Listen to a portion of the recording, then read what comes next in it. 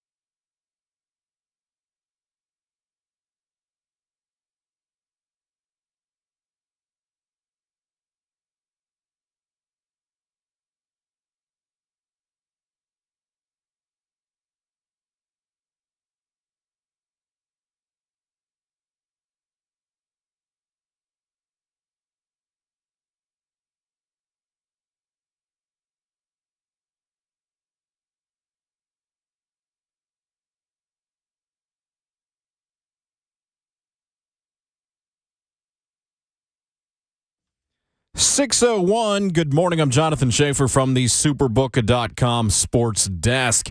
Women's college basketball, LSU crushed Iowa 102-85 to capture its first national championship in that sport. The Tigers won the title in just Kim Mulkey's second year at the helm of the school.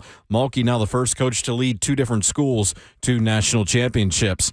On the men's side, national title game tonight, UConn taking on San Diego State. Our coverage, courtesy of Westwood One, begins at 6:30. To the NBA, the Bulls defeated the Grizzlies 128-107. Major League Baseball, Nats over the Braves 4-1, though Atlanta did take 2 of 3 from the series. For all your foundation repair and waterproofing needs, visit USSTN.com. Breaking news at once on your home for the Titans and the Vols. This is 104.5 The Zone.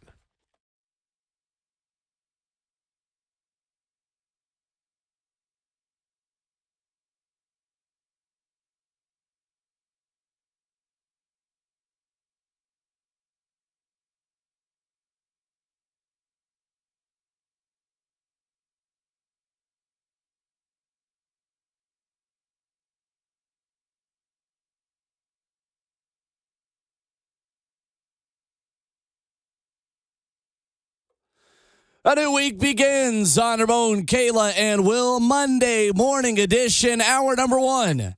And welcome to April on 104.5 The Zone, alongside our 11-year NFL veteran involved for life, Ramon Foster. Yeah. Our broadcast veteran with a capitalized J, Kayla Anderson, and the best producer in the world, Jonathan Schaefer. The best producer in the world. Making the show happen. My name is Will Bowling. Monday, April the 3rd, and thank God we didn't have to hear anyone's April Fool's jokes this morning. I know. On the show.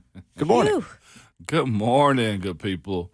What's up? What do you? Oh, I thought you're wearing a Yankees sweatshirt. No, it does look like the I would have letters. already don't made it? fun of you for Yeah, that. he would have already. And, Although you got them gray and blue. What do you mean? What does that That's mean? Yankee colors over there. Not really. Oh, yeah, really. I'm starting with blue. It's like a royal blue. Oh, Sure. By the way, y'all was right Friday, too. I was dragging that. I told you. Yeah, now I hear knew myself something now. was different. I was just tired. The week hit me. That's all it was. The week had beat me down. That's all. I that's about 1 a quarter. I'm good now until like July. I'm You're good to to go? July. Yeah. Okay. yeah. Oh, look at Schaefer just letting it all out up there. Okay. Good morning, Jonathan Schaefer. Good morning. Sounded like a white Lil Jon right there. Okay. Okay. That's good. What? That's good. What? What?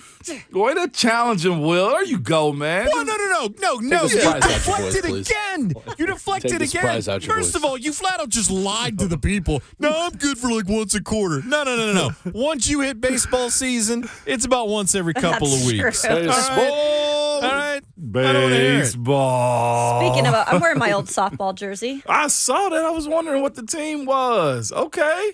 SVGSA was our league. Okay. Spokane Mariners. The Spokane Mariners. Shout out. Is that Number like 17. a big team name where you're at, though? Where you're from? Is everybody's a Mariner? Well, I mean, that's a professional team. Yeah, I know, That's the but it's professional specific to baseball the team. area, though. It's Well, I'm just- from Spokane. I'm from the opposite side of the state. But Yeah. growing up, like our professional teams were Seattle. Because Yeah. that's where all the pro Okay. teams are.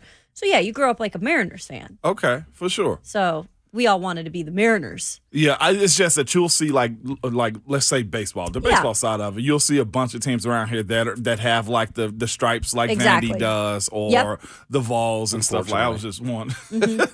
Those teams are actually pretty Black good. pinstripes are an interesting choice. in the Just from summertime a here. wardrobe perspective, yes. Summertime here? On turf? That's bold. On turf, too. They don't- Turf, which is like 10 degrees hotter than... They haven't worn those much this year because they usually do like they give you the preview of the 3 for the weekend. Yeah. I haven't seen those much. Huh. I wonder why, because now would be the time to do it before it get really hot outside. I figured they'd do it right now, but that black pinstripe, I'd say the same about Tennessee's hot. new black jerseys, too. Like, I don't understand that in the middle of the summer on turf. middle of the summer. Not even a little bit. Goodness gracious. I remember That'd be seeing hot. Kumar pitching Oh, in yeah. the black Yep. pinstripe. You see the sweat. I'm like, God, that boy is hot. He In is both hot. ways. I mean, he's hot on the mound and In life. dripping.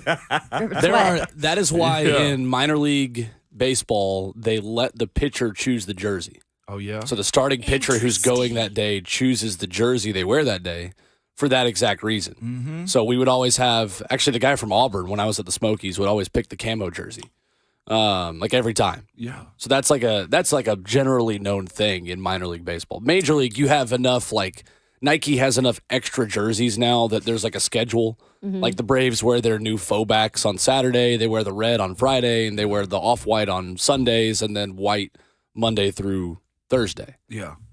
So I didn't know that. Interesting. Yeah. Did not either, Will. Had no idea. learn something new every day, and sometimes at 6:06 in the morning. Speaking of uniforms, you guys, I covered the Vandy Georgia game on Saturday, and it was so funny because it was so windy in the night after the storms, and the Georgia pitchers could not keep their caps on.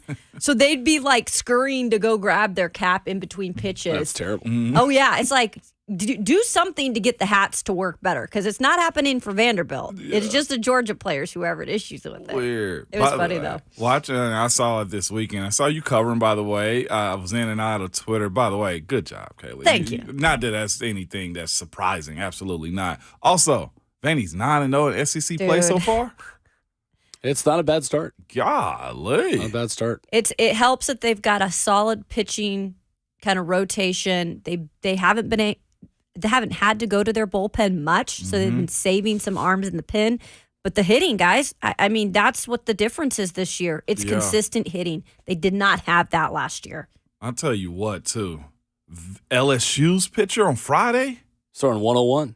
And I think That's Mississippi State insane. also has lost 19 straight SEC series now. No, they haven't. That's State? Going back to last year. It's a very abrupt turn Somebody- from what Ole Miss Mississippi is State always was. terrible at the beginning of SEC play. I was going to say, somebody about to get fired. State, don't go through that, man. Yeah, State's a It's good crazy. baseball Yeah. team usually. It was good baseball over the weekend. It was. It was. I feel it's wild that we're starting with this, with everything that happened over the weekend. We're starting with I college know. baseball, but We went off a side Well, we had to track. start on Fridays. That's all that was. Just had to get that one out the way. The Start on baseball, Fridays? Baseball Friday. Well, the Vanderbilt pitcher's the one I saw on Friday. Like Oh, yeah. he was just humongous, and this dude hit 100 pitches and still was hitting Paul 101. Skeens. You hear? This LSU guy? No, yes, Kayla. He hit 100 pitches and still was just lining up 101. Tennessee outscored LSU over the weekend. It only Yeah. took one of the 3 games. That's crazy. Their defense was bad. They gave up so many unearned runs, but they belonged on the same field as that LSU team on the road. LSU had themselves a weekend. They did. Their It's a good gymnastics team was in the national championship.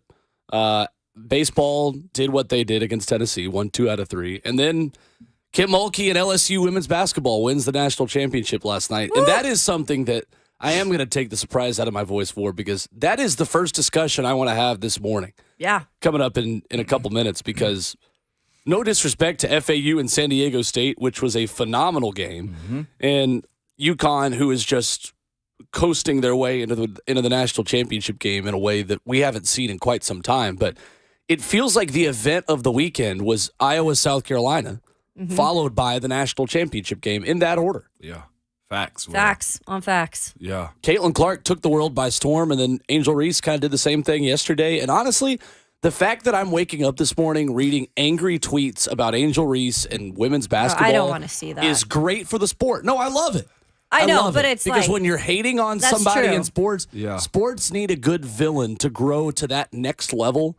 And I feel like the game of women's college basketball were helped by the fact that LSU is a phenomenal villain. They were. And I'm okay with that, because you know what? I went to my alma mater is the villain of college baseball. We need more villains in sports. We need more people that are pushing that line just a little bit. Just a smidge. And I thought it was perfect by both sides, because Caitlin Clark and Angel Reese did the exact same celebrations through the NCAA tournament. Did. But you know what's even crazy? Well, not even crazy. What's even better to me? You named those two, LSU and Iowa. I also am throwing South Carolina in there. Oh, they're a villain. I think they're really yeah. good. Louisville had a little bit of it in them. Like, I'm looking at the women's game. I'm saying to myself, fellas, y'all don't notice, man. You really are, because of the conversation. What conversation we got today about the Natty? Not a whole lot when it comes down to the national championship game, other than the fact is one team we've never seen there. Well, and I think a big reason why is because these ladies are coming back. They are coming back to play. They are staying at, even if they transfer, they're transferring, but then they're staying at that university for a couple years. They're staying. They're making a name for themselves. They're becoming a actual person that people want to follow. And it helps when you have a coach like Kim Mulkey and Dawn Staley, right? Yeah. That helps. By the way, her outfits. It's terrible. It's terrible, but it's so good. And she even said, if I get people to just come to the game or talk about it just because of the outfit I'm wearing, I'm all here for it. And you know what? She's dang right. She's dang right. Because I'll tune in to watch her on the sideline. Yeah. And I'm entertained half the game. Even if it was a bad game, I'd be entertained just by Kim Mulkey. I didn't realize she was so fiery like this. Oh, yeah. I knew it. Whole career. Whole career. Yeah, it's interesting. We spoke about somebody here that does like country music stars' clothes and stuff, and I'm guessing she probably goes to like an individual like seamstress. She has one person. She got one person. The one pink suit she had with the ruffles. I was like, who put the ruffles on? You know what? Awful. Good for her, though. I don't agree with all the outfits. I don't think they're all. I liked her one last night. The sequence did it for me. The tiger sequence. I was like, I'm all there for it. Some of the ruffles, though. I love Will's reaction. Because look, we're talking about it, though. Terrible. And I love it. It's like Fashion Week plus Easter Sunday plus Mother's Day weekend. That's what it is. If I showed up wearing anything like that to Easter, I would be asked to sit in the back pew. I would not be near the front of the church when the plate was being passed. That's what makes her not. her, though. And that's why I love it, because she is a character in the women's game. And I'm not talking about characters and that is a thing. She's in her own. She won me over a little bit when she was as good as she was to Pat Summitt when she passed away. Because Kim Mulkey was the villain, other than Gino Auriemma, for Pat Summitt and Tennessee women's basketball. And then when Pat passed away, she handled it herself really well and essentially made the statement of, like, you don't get me without her, which is the case for all of these coaches. I mean, you don't get this era of the sport without Pat Summitt. What I find funny is that Will's talking about, we need more villains, and Tennessee baseball's a villain, and LSU's a villain, and then we talk about Kim Mulkey and the outfits, and Will sounds like Sideshow Bob. Oh, no, I'm glad it's a villain. Doesn't mean I have to like it. I mean, I have to like it personally, but I'm glad it's a villain. I saw somebody yesterday I like having someone immediately after game trying to put Kim Mulkey above Gino and Pat, and I was just like, hey, Let Kim have her own thing. There is no Yeah. competition between any of the three to me. I wasn't even going to give that oxygen. I know, but I just had to That's throw one of that the out dumbest there. opinions I've ever seen on social Why do we media. always have to make those stupid opinions or comparisons? I I don't want to. I get literally that. didn't want to bring this up. Well, no, that was just that But- on that. And that's all I wanted to give is like, stop it. That's all I needed to say. Stop it right there. Full stop. There was a Baton Rouge radio host who had a tweet saying Kim Mulkey has cemented her place as the greatest women's coach ever after yesterday's game over Gino Auriemma and Pat Summitt. It's I mean, a wild thing to say. look, she did it in 2 years there at LSU. That's pretty amazing. Yeah. Like, it really is, especially when you look at the record before she came in. But at the same time, let's not be going and comparing folks. Yeah. Like, let's not That's do all that. we're saying. Coming up this morning, Josh Ward from the Sports Animal at 8:20. Ben Arthur of Fox Sports at 9:20. Some interesting Titans headlines out there to get to in the 7 a.m. hour this morning on a potential move away from pick number 11. Buck Rising, A to Z Sports on that story. We'll get to that coming up soon, but we will dive into the weekend in college basketball coming up next, and the unsung hero for LSU in a game where I swear I watched maybe 2/3 of this game and did not see LSU miss a shot the entire time. Coming up next as Hour 1 begins on Ramon, Kayla, and Will, 104.5 The Zone.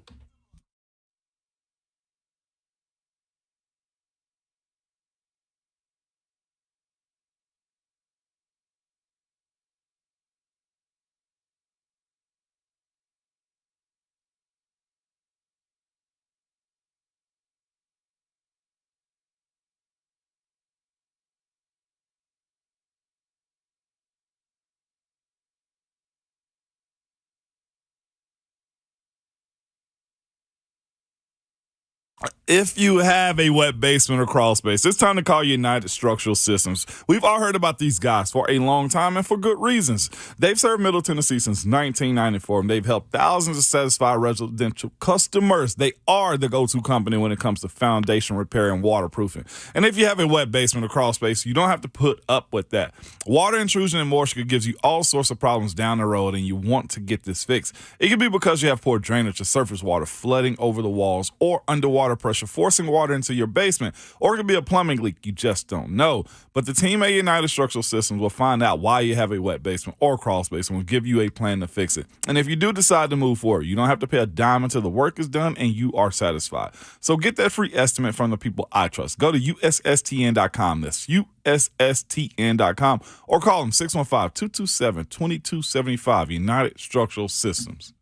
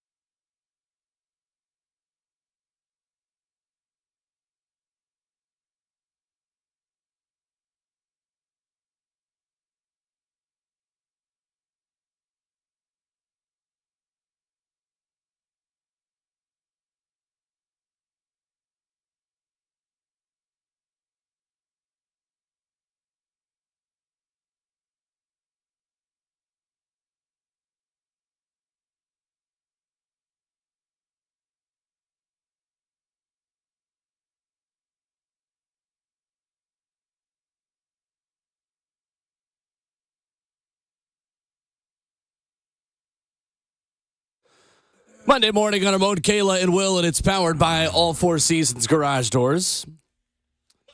Ramon Foster, Kayla Anderson, Will Bowling with you, and Keith Bullock on Twitter is awake and alert this morning. Reads, I wake up to all these grown men, capitalized, on my timeline talking about sportsmanship and class. Y'all are such sensitive softies. Ain't no rules to trash talk. If you talk the talk, you got to walk the walk, period. Ain't no color to it. Keith Bullock, a man who is always on the right side of history. He's the correct so opinion. Correct. Boy, Will, let's get going because that was one of my first ones. Like, dudes, remember we talked about this last week, Kayla? Dudes, fellas, y'all ruin stuff all the friggin' time. Like, and this is one of those times right here. Let's go, Will. Well, what do you mean, fellas? Because, like Keith just said, that was my whole thing. We got a bunch of guys that are mad about how the women's game is played when the majority of them wasn't paying attention to it anyway. And in the spirit of competition, everything is above board, too. So I have a list of things that we will talk about in this segment about this one. Not a long list, and that was one of them. And Bully beat me to the punch on that one. It's like, fellas, your mindsets on how you look at stuff has to change. Women do stuff that men do, sometimes better. I think honestly at the skill set level of basketball, the women's game is a whole lot better. Men's athletic ability is through the roof at this point right now, and the women's game is slowly catching up behind that one too, and the eyes are on it even more now, and I enjoy that aspect of it because these young ladies work hard. I've seen these girls be not able to dribble, and then they become friggin' stars in the game. And I'm like, it's a bunch of guys on the internet with characters that they can type that really knock them down, and I don't like that about it. So 102-85 was the final for LSU over Iowa in the national championship game. Caitlin Clark had back-to-back 41-point performances in the Elite Eight, and then including that upset against South Carolina on Friday night. She had 30 points on 9 of 22 shooting, and she had 3 fouls in the first half that were among – I mean, I hate that this is where the conversation is going to begin for so many of us, but the officiating was as bad as I have ever seen in this game, and I hate beginning with that in any context, but it felt pivotal to the story of this game to mention that these girls couldn't do anything on defense.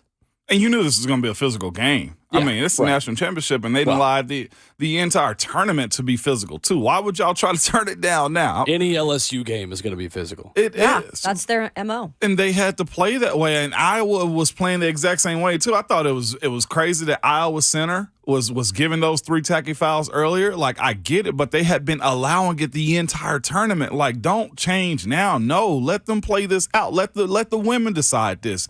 And they didn't. They were too involved early on. Yeah, even at halftime, when usually, you don't see the broadcasters talk a lot about the officiating. They kind of stay away from that. But they did not shy away from that. Rebecca Lobo and all of them as well kind of mentioning some things about that. I thought that was interesting because it was such a talking point that they even brought it up. Yeah, it was a big discussion, and that is, I mean, I've heard Rebecca Lobo talk about that before when Tennessee played UConn in Knoxville. She commented a lot we that, similar to the way Jay Billis does. Yeah. Jay Billis actually overcorrects and I think sometimes focuses too much on it. But we need good villains in sports. Yeah. We need good villain teams. And every league has one. Every sport has one. I think women's basketball actually now has 2 in the SEC. Yeah. Between LSU and South Carolina. And Dawn Staley went on a rant about this after their loss to Iowa on Friday night, where she essentially told the media, look, I hear the things that you guys say about my team, about us. You don't even know any of the people on my team. You don't know these girls. You don't know any of them. So when you're going to say things in a public forum, then just come say them to me. Yeah. And we'll have a conversation. And really was kind of going after media a little bit. It felt like this was an arrival moment for that sport over the weekend. And we'll get the television ratings, I imagine, today or tomorrow from Friday and from yesterday's game. But I would expect even the high expectations for what television ratings were going to be for that game, probably it's going to be even higher. Yeah. Yeah.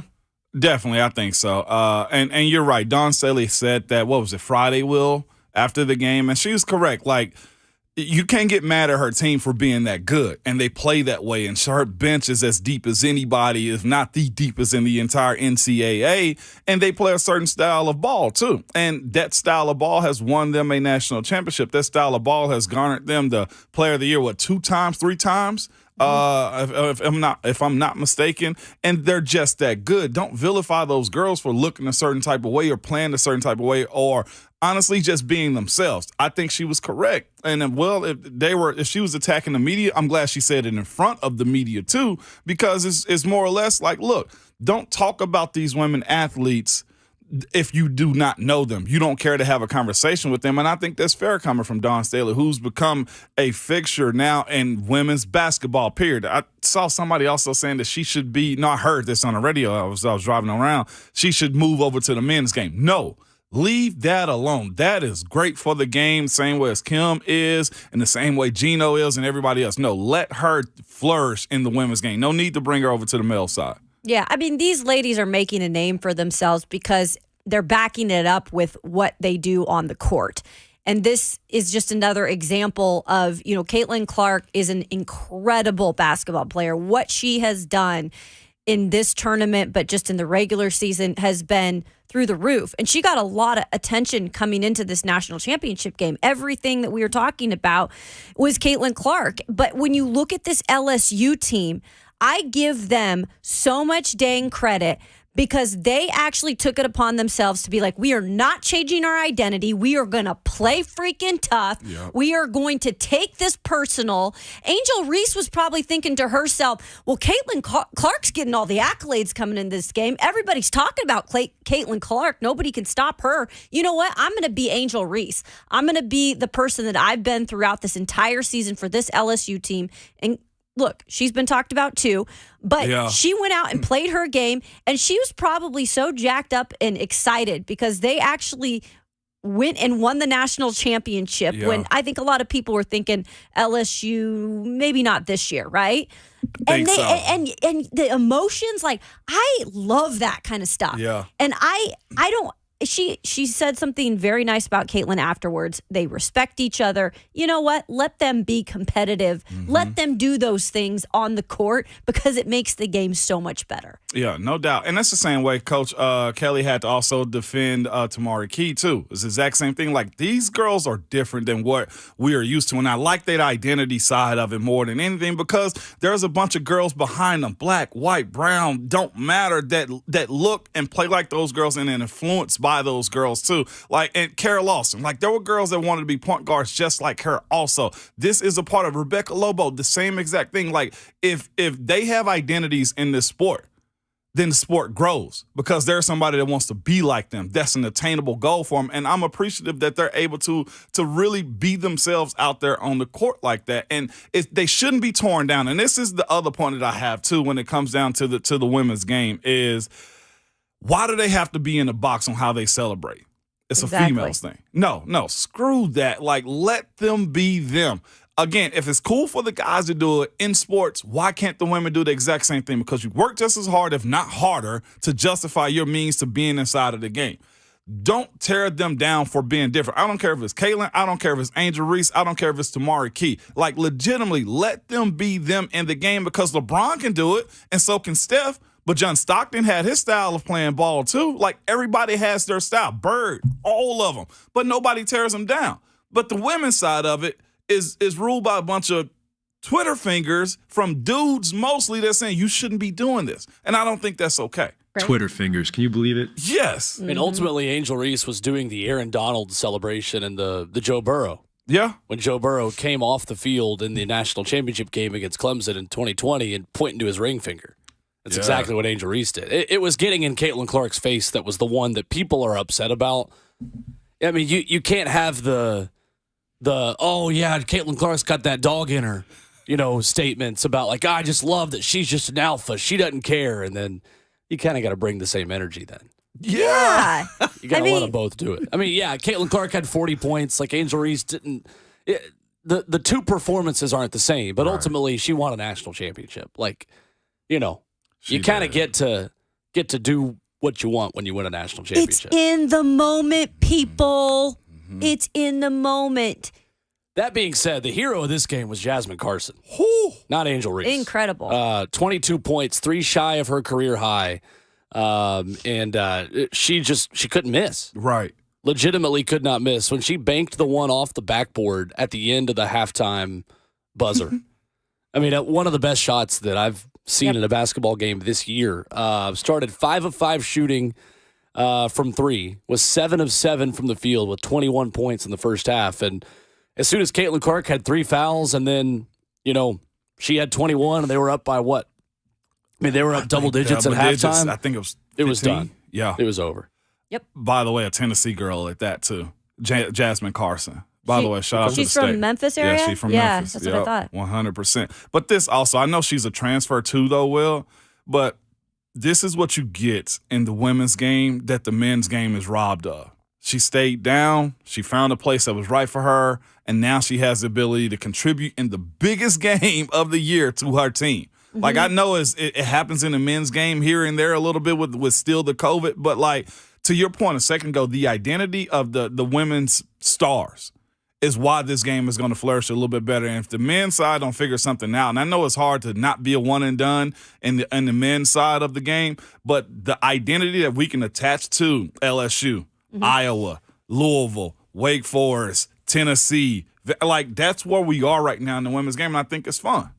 She did not have a single point in the Elite Eight or the Sweet 16, Carson. Right. And to come into this game and score 21 right in the first, that was a difference maker because, like you said, that put them up. That kind of gave them a little bit of space because Caitlin Clark got into foul trouble. And then you're playing catch up the rest of the game.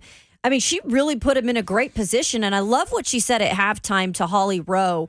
And she just said, guess what? This was my time. And I knew when it was my time to step up, I did exactly that. There were no excuses. No, I haven't gotten anything before in the last 2 games. She knew it was her time to do her part. And my goodness, she could not be stopped. Like, it was like a magnet, like into the hoop. So what's even more attractive too, Kayla, about all of this, I'm going to mention the teams. We get LSU again. We get Iowa again, South Carolina again, Tennessee. I got to throw the Lady Vols in there, okay? Virginia Tech. Tech. Who else was hot? Louisville was hot. And Miami, with the Twins. They beat Indiana. And guess what? Paige Buckets come back next year for UConn. That's right. I forgot Buckets. Off her second knee injury. Buckets is back. Yeah. That should be their slogan for Buckets is back. Is there a better calling card? And I know it's a really good recruiting class coming in next year for the men's side. But on the women's, as far as the highlight, the headliners, they're legit. Can't Caitlin come back? Oh, yeah. I think she's coming back. Yeah, she can't. Yeah. She can't enter the draft until 24. That's right. So she's back. Yeah, she is back. I mean, good for that sport and good for the game of women's basketball now that can pay NIL payments that are much more than WNBA salaries. Being real? No, that is real. Yeah. For players like Caitlin Clark and Paige Beckers and Angel Reese, who already had billboards in Baton Rouge before like SEC play even started. I know. And LSU's got a really good NIL collective. Olivia Dunn, their gymnast, is like the number 1 highest grossing NIL athlete.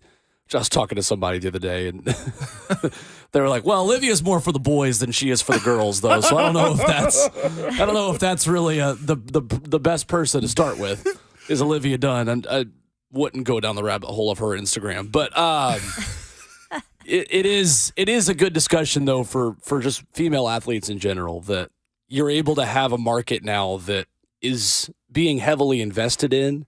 And you're going to see the quality of the players and the teams and the athletes themselves take that step forward as the revenue does. Yeah. I mean, it was a sellout in Dallas all weekend. And the crowd was incredible, even in the pregame show and out in the the outside area. Yeah. And then when the coaches and players were coming in, did you see the lines with the fans and how they were greeting? I thought the energy down there in Dallas for that women's Final Four was anything comparable to the men's this year. It was. And also having those WNBA stars, Hall of Famers, All over. commentate the game, too. And they were all in the stands, They too. were. It was so cool. Really cool. No, I'm not a big Diana Taurasi is where you lose me. But, Did you watch our broadcast? Or no? absolutely not. Are you kidding me? But I just Sue needed that Bird answer. is the GOAT, Oh man. God, I don't care Sue for Bird. either one of them. Really? Just I from love Sue Bird. how much they played Tennessee is the only. That's what I Well, was thinking. Sue I know. Bird played for the ladies up Yeah. in the Storm up in Seattle. So. That's true. That's true. But Will hate is deeper than that, though. Oh, Not I even know, hate. 'cause His it's competitive UConn. side. Yeah. We do his have to give a shout out to our former 104.5 The Zone teammate, Madison Blevins, Madison Hawk, who was the in-arena MC for the women's Final Four. Ah, nice. See, Madison. Nice. Now working for Bally Sports, working for the New Orleans Pelicans and Texas Rangers. She crushed it from everything I saw. That's really big cool. time. So what's the in-game arena host do? Like, I mean, Are all they, the like, doing- content, like everything in the arena, like hosting the Gotcha. whole coverage. Yeah, Gotcha. on the jumbotron. Yeah, pretty cool. That's awesome. Congrats. Very Congrats. Coming up next, though, maybe the best game of the weekend, and certainly the best finish of the weekend. San Diego State breaking the hearts of the FAU Owls, warming the hearts of Tennessee fans everywhere. Coming up next on our own Kayla and Will, 104.5 The Zone.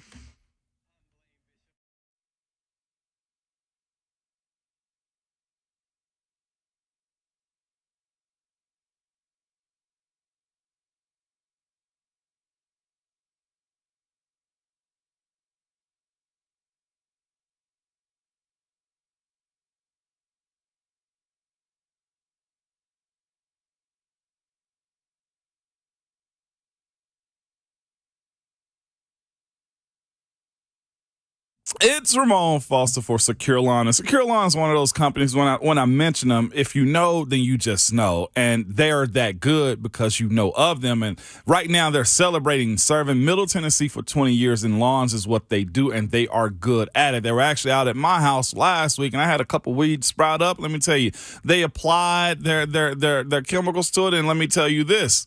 Weeds already down, okay? They're just falling over, just waiting to just pass away, okay? But that's what they do. If you need your trees trimmed, the shrubs planted, then you need to call somebody else. Grass cut too? No, not Secure Lawn, because all they do is grass.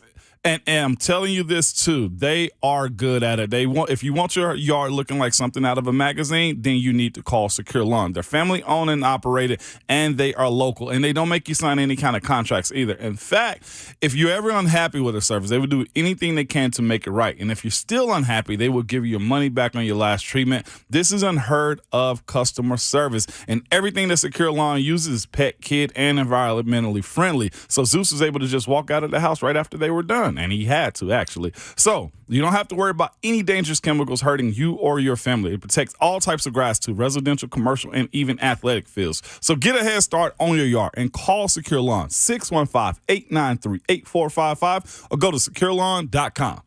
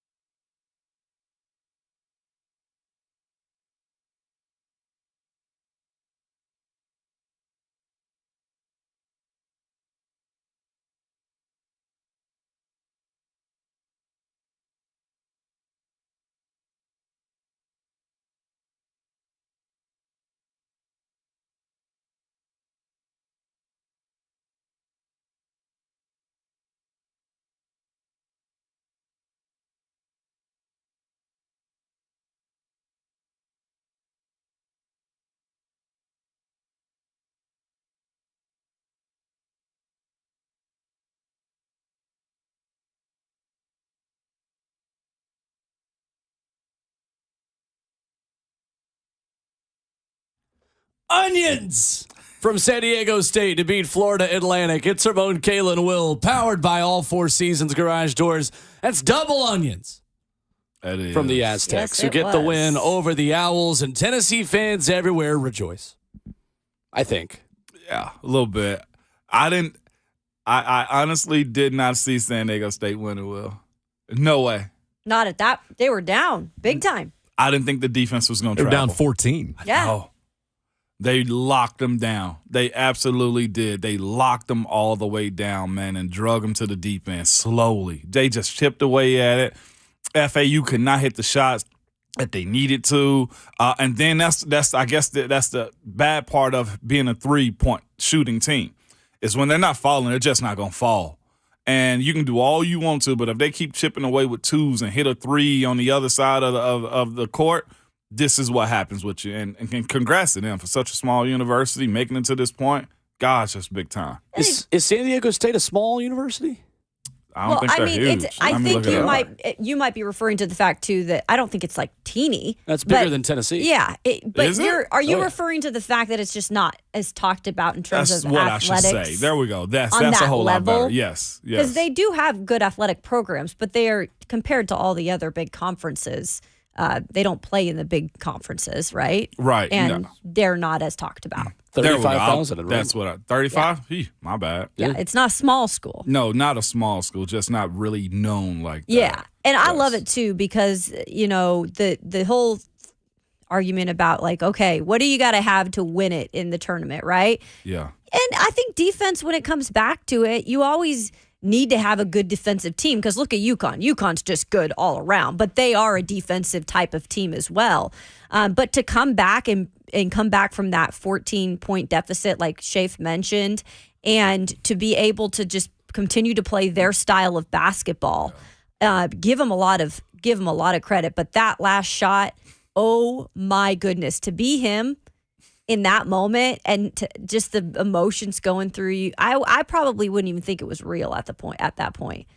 Like, did that just happen? I know. And the way he was defended, what was he? Not even, a half an inch Yeah, 'cause away the from shot stepping was out of bounds, incredible. too? Yeah, I mean, look how close he was to stepping out of bounds. Like, it was as perfect as you can get when you're in the backyard and you're at the playground. 3, 2, 1. He had that moment.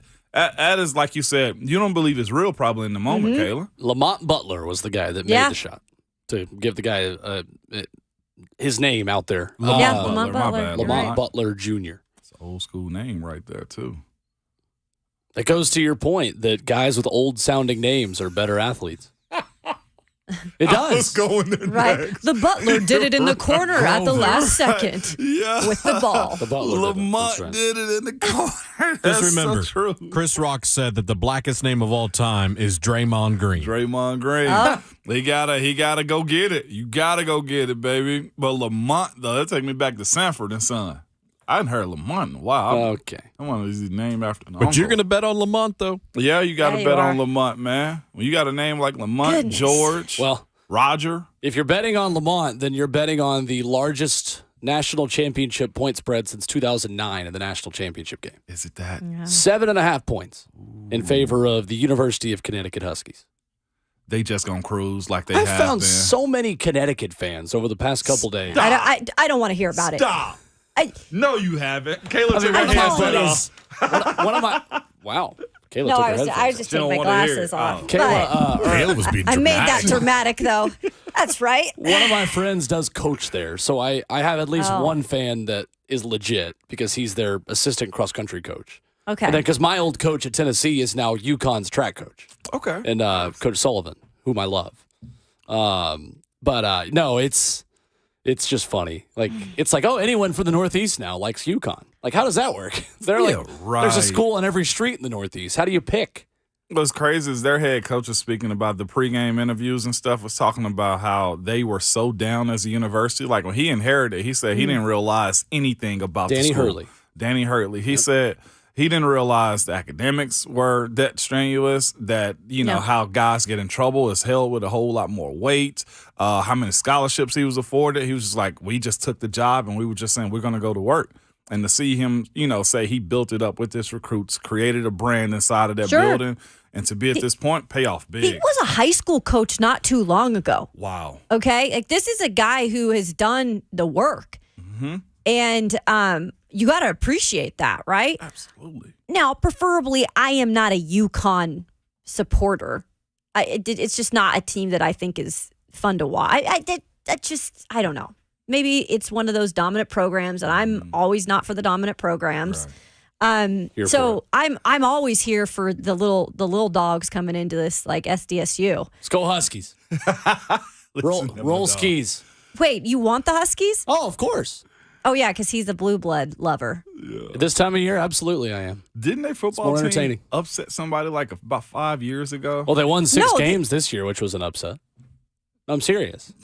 They made a bowl game. They made a bowl game for the first time in like 10 years this year. We're Jim not Mora talking Jr. about football. Ramon's though, thinking about Ramon. when they went to a BCS game Years ago. Oh, with Randy Edsel years ago. That was the year Well, yeah. that you were playing back then. Years ago. Yeah, you were playing. That was the year that everyone in the world was number 2 in the country at some point. Oh, that Speaking is of names, hilarious. by the way, there was a guy for Iona who on the back of his jersey it said Junior Joseph. That's what I said. Literally translates to Jesus. Jesus. That's Junior Joseph. did PFT commenter from Pardon My Take.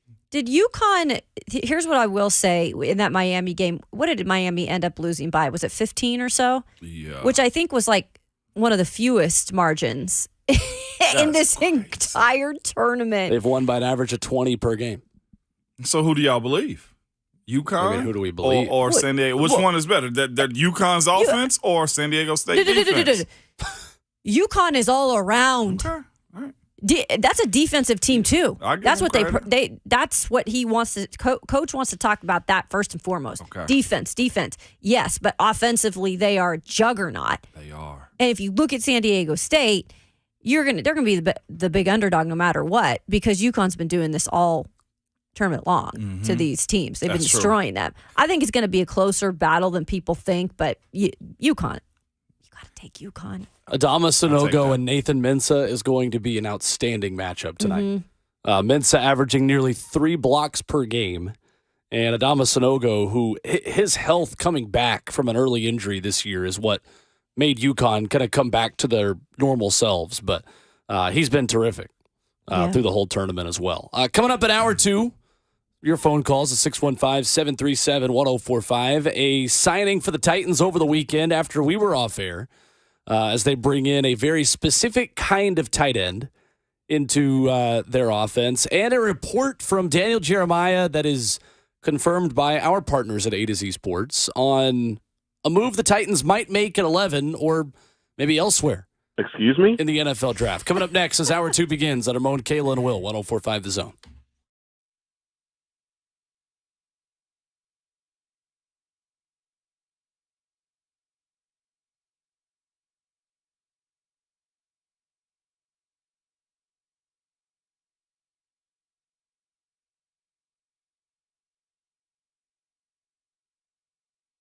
It's Ramon Foss for My PhD Weight Loss. Ladies and gents, it's getting close to summertime, and I'm sure everybody else has it on their mind. It's time to drop a couple pounds. I don't care if it's 5, 15, 20, or even 100 pounds. I actually got approached this weekend by a guy who's like, hey, man, I saw you last fall.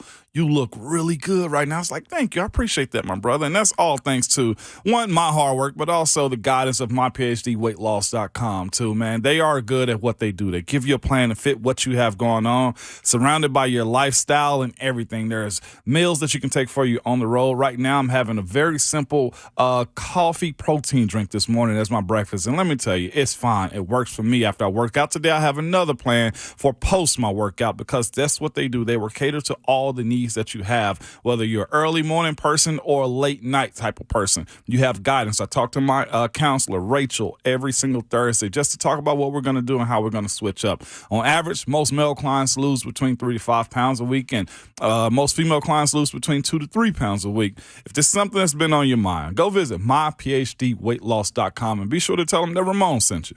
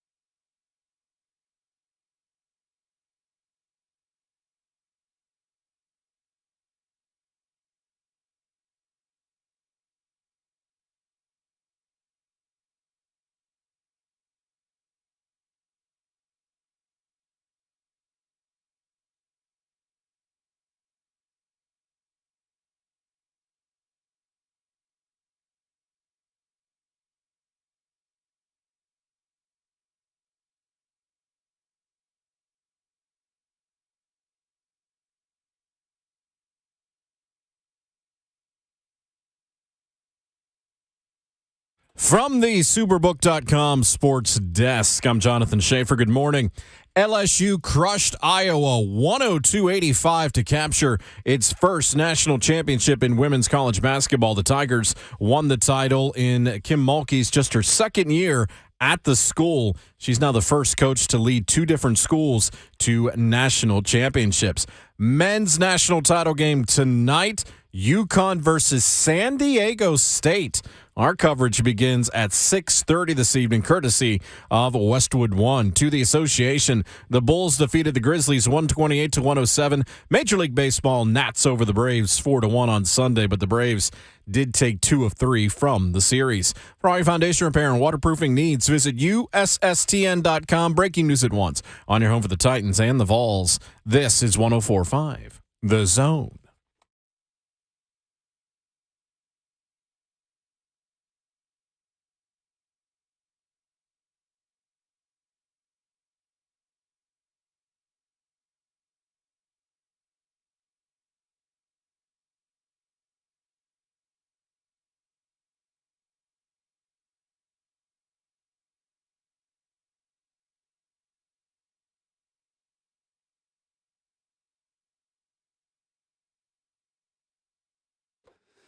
Seven a.m. hour off and running, hour number 2 of a brand new week, and it is Ramon, Kayla, and Will, powered by All Four Seasons Garage Doors as the show goes on.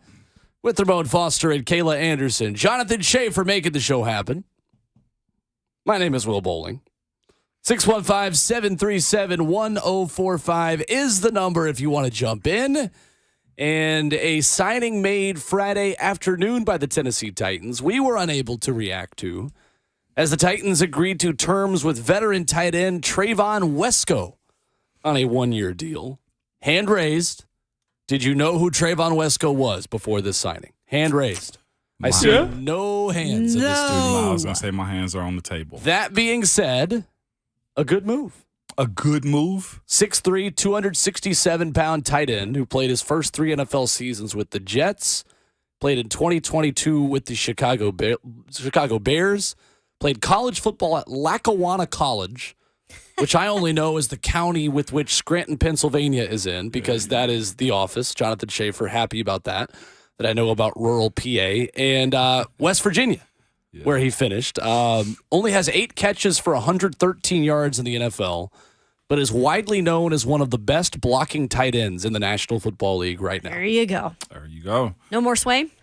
So no more Jeff Swain. Kayla beat me to it. Fans can rejoice. You get a guy with a specific trait. Everybody know blocking, as we know right now, isn't Chigakonkwo's strong point. So what do? Go get a guy that's very serviceable, is very specific in what he does well, and I saw also has the ability to play fullback. So you take away another position. I know this team has always carried a fullback on the team, but now if you can get a combo blocker as far as tight end and movement in the backfield, you save yourself a roster position too. Can we start to define a tight end and then just blocking guy? Yeah, straight up. When you have Chigakonkwo, you have to. Yeah. I mean, especially on a Titans team, though, because we all know they always, since, Vrabel has been here, and before that, the blocking tight end is definitely a big part of the identity of a Mike Vrabel run offense, because he always wants that blocking guy. And if he doesn't have him, he's going to go out and get him. And clearly this is what this guy is. I mean, he's not going to be out there making plays necessarily. I'm hoping at least what's happening with this offense evolution at this point is they're becoming smarter in their approach to what the personnel is too. You can go a 2 tight end set with a guy like him, and I'm sure he has the ability to catch, but you also run 2 tight ends out there, and then you're able to move him into the backfield. Like this, the dressing and undressing of the defense that's necessary for this team to be, as we say most times, non-predictable when you're trying to run the ball specifically with Derek. But we're still on the same page, I would guess, guys, as they need another dude possibly in there. At the tight end room? Yes. If you can get one, you get one in the draft. Well, that takes away from... What? Takes away from my guy, Will, from Georgia, man. Darnell Washington? Darnell Washington. No, I think the draft is going to be more about the next 5 years than it is the next year. That's a good point. So, no, I don't think that move prohibits you from doing anything you were already planning on doing in the draft. That's fair. Chris on Twitter chiming in at 1045 The Zone says, how about WrestleMania? We know Will was watching. I actually did watch more WrestleMania than I did men's college basketball over the weekend. I'm not going to lie to you. Did you? Because I was on the air when the Final Four was on. My question is, why were you watching WrestleMania when you weren't planning on it? That's a great question, Jonathan Schaefer. very I'll fair, tell you. Because I saw a clip on Twitter. I didn't actually watch it live. That's fair. I saw a clip on Twitter of Greg Kittle. Oh, that's right. That's yeah, right. Greg Kittle. That's right. Playing tag team with Pat McAfee. Yes, I know it's George. Oh. The podcast I Yeah. listen to calls him Greg. Pardon my take, calls Why? him Greg Kittle. I don't know. I didn't want to speak out of turn right there, but I was like, why are we talking about Greg Kittle? Greg I don't Kittle. know. It's like a Does he have a long-standing brother? I joke. was like, is he a wrestler? I didn't realize who What? Greg Kittle. Okay, George Kittle was Gotcha. in the ring. He was. Did you watch it? You say you didn't. I didn't watch it live. It looked like the production. Of course, it's WrestleMania. The, It's the WrestleMania. production was spectacular. SoFi Stadium, They too. got to have that. Was it so far? No wonder Snoop was Crocky there. World. Mm-hmm. That's right. I feel like every celebrity now is like making their debut. At WrestleMania? Yeah, I know. I'll say this: Logan Paul, who I have no time for, and I find him to be a speck on humanity. He can go. He's pretty good. He's pretty Yeah, good. I've for heard. He's pretty He's a good. great he's really entertainer. good. I've heard he's really good. spectacular. Yeah. Oh, wow. The reason why they call him Greg is because he looks more like a Greg. He does look like a Greg. That's You're fair. right. You're right. But, Will, let's go back to my point in the last Because hour. George is more a name for somebody in their 50s. Again. That was Old the other name. reason why Greg Old is more name. of a young person's name. Why is he a dog then, Will? Because his name is George. Because his name is George. Name is George Kittle. There we go. George Kittle.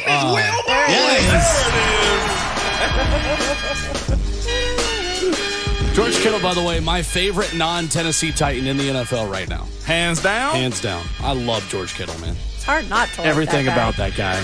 I like it. He's a solid dude. man. Gets after Nashville it. guy, Nashville resident. He is a resident.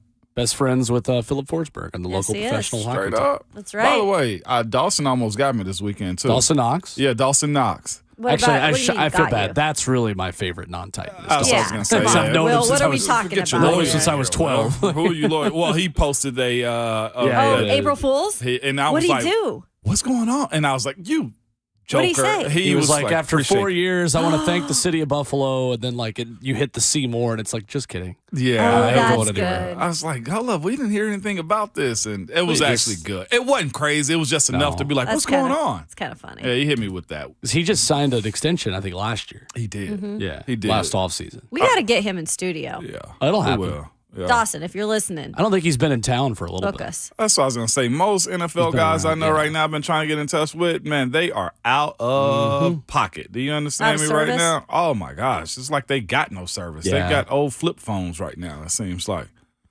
Anybody I know or to follow even in the NFL is just like on a boat somewhere Yeah. the past couple of Well, weeks. it's getting close to go time. I was That's gonna why. say. It is. And I think the first, is it April, the second week of April? I know what you want to know the date.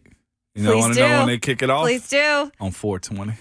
There it is. What's every what's year. the significance of that? That's when drug testing starts up in the NFL. Okay. On 4/20. It does. Like, guys, it's so it's easy to pass the street drug test in the NFL. It legitimately is. Guys What in that the fail world? it. Oh, guys that fail Stop. it, you're idiots. I'm just gonna say that if you failed a drug test in the NFL, you're an idiot. You lay down railroad tracks for a living. You don't play wow, professional easy. football. Whoa. And I say it very What do respectfully in the railroad sense. track layers have to Mom's do out with here you? today. Oh, I'm There's just saying. There's a railroad Mom's out here across preaching. Texas Straight. Come on, what you doing? Right. Well, you dig ditches with forks is what you do. You're not an NFL football player. You're that dumb, okay? Because everybody knows, oh, man, April's coming up. You should probably stop right now. No, some just continue on. Chill. Idiots. No, well, it's cool to call them that. You hear me? You know how much That's I had not- to deal That's not with? the issue here. Yeah, I just had to deal with those guys as a union rep and be like, dog, now is the time. Stop.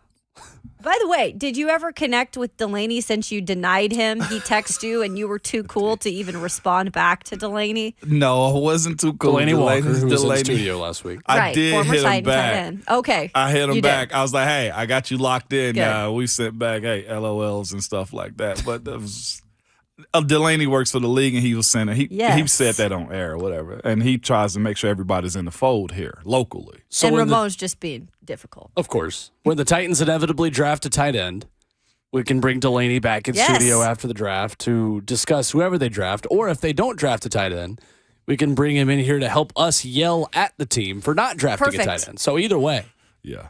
we now have Ramon will actually answer his text now. So perhaps we could have him on again. It was such a Exactly. random text from Delaney. I was like, who? I thought it was a scammer, honestly. That's exactly Ramon's what I going thought to it was. bragging camp that he He just is gets going to random texts from NFL legends in the city. I mean, it's kind of strange really that not that Delaney cool. Walker just texted me out of the blue. I need that Kayla character more often in my It's life. like, man, I do. just get random texts from NFL stars. You know? Just out of the blue. I need that energy right there. If I got a random text from Delaney Walker, I think I'd probably respond within the first 5 And minutes. you, sir, is why there's a prince in some foreign country trying to get you to give up your credit card. It's like, no.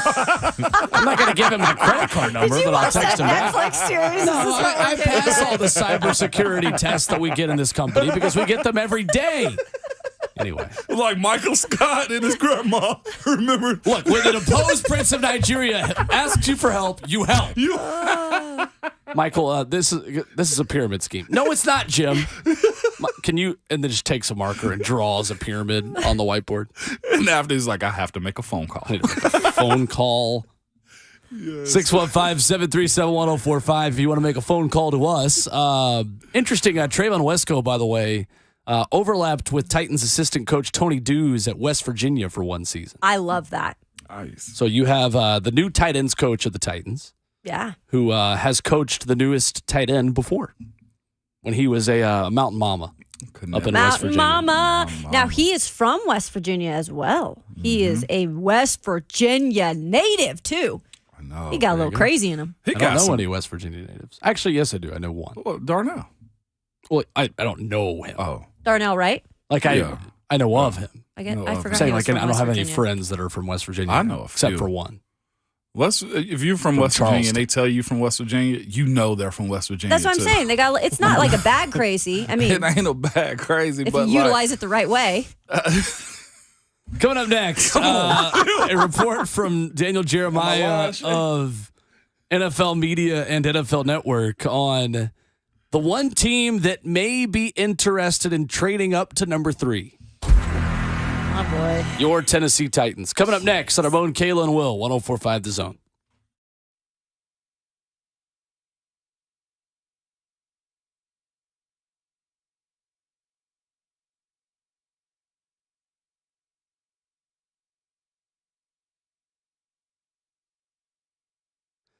Hey, it's Will Bowling reminding you to put League Company on your team and stay ahead of the game with home maintenance, repairs, and much more.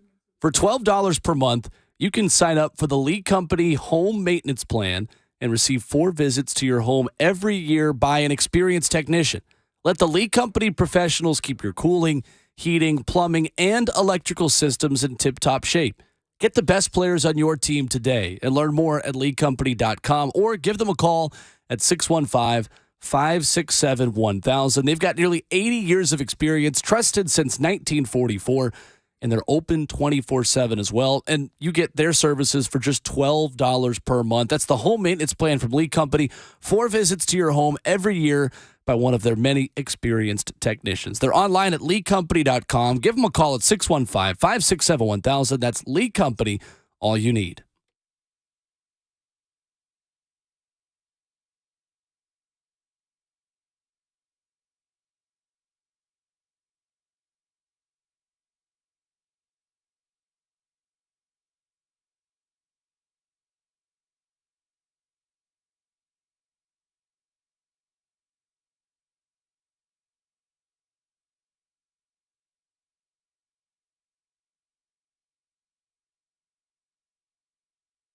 when you hear Genesis Diamonds, you think extreme value. You think amazing prices, no middleman markups, bigger and better for less. All that's true. But what else is true? The Genesis experience is second to none. It's totally professional, laid-back luxury, relaxed and informative. You're dealing with non-commissioned experts, not clerks. You're offered a refreshment the minute you walk in, and from there, it just gets better. And at Genesis, it's all about high quality, no compromises, exquisite hand-picked diamonds that are cut above what you find at other stores. Genesis gets the first pick of the best diamonds from cutters all over the world. The ones that they reject are the ones you see in those mega chain stores and online. And at Genesis, you can get the designer ring she wants. Genesis has the designers that you won't find at other places. They've been selected by the world's top bridal designers to be an authorized retailer. Over 4,000 rings to choose from. Handcrafted quality rings in every style imaginable. And Genesis Diamonds, it starts with the best value price, but that's just the beginning. The quality and experience are truly on a whole different level. Also, check out their amazing luxury pre-owned Rolexes, handcrafted in pristine condition. All the popular models that are so hard to find. Now, Genesis has them. Genesis Diamonds, located in Green Hills and Cool Springs.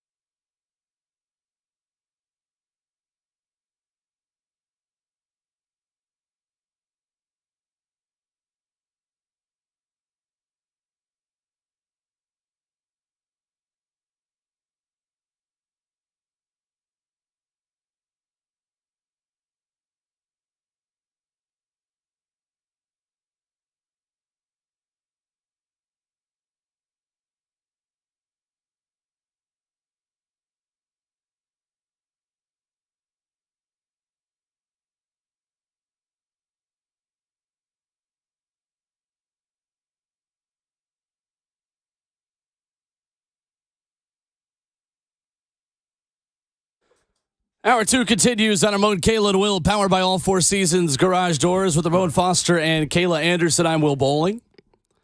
615-737-1045 as we dive into a report overnight confirmed by our friend Buck Rising of A to Z Sports and of the Buck Rising Show of something Daniel Jeremiah had to say about the Titans yesterday evening on the Titans being a team who could move up to number 3 in the first round of the NFL draft. That is the message from the main draft analyst on NFL Network, who mentioned this on an episode of his Move the Sticks podcast, which is a great listen, by the way. I think Daniel is, in my opinion, the best draft analyst out there of the major full-time networks. I'm sure there are some better analysts that are, or not better, but I'm sure there are some equally good analysts that work for small websites. Like I mentioned in the Senior Bowl, everybody and their mother has a draft website now. It's not a bad thing. It's just the truth. But of the people that do this full-time on television, I think Daniel's as good as it gets. His exact words were, can I give you the team that I have been told to keep an eye on that's exploring this and looking into this? Again, this is just people around the league who said, do not sleep on numero 11, numero 11, the Tennessee Titans. The two teams to keep an eye on with the trade-ups were the Raiders and the Titans. Oh, boy. And that's got to be for a quarterback, you would think. Absolutely. Yeah.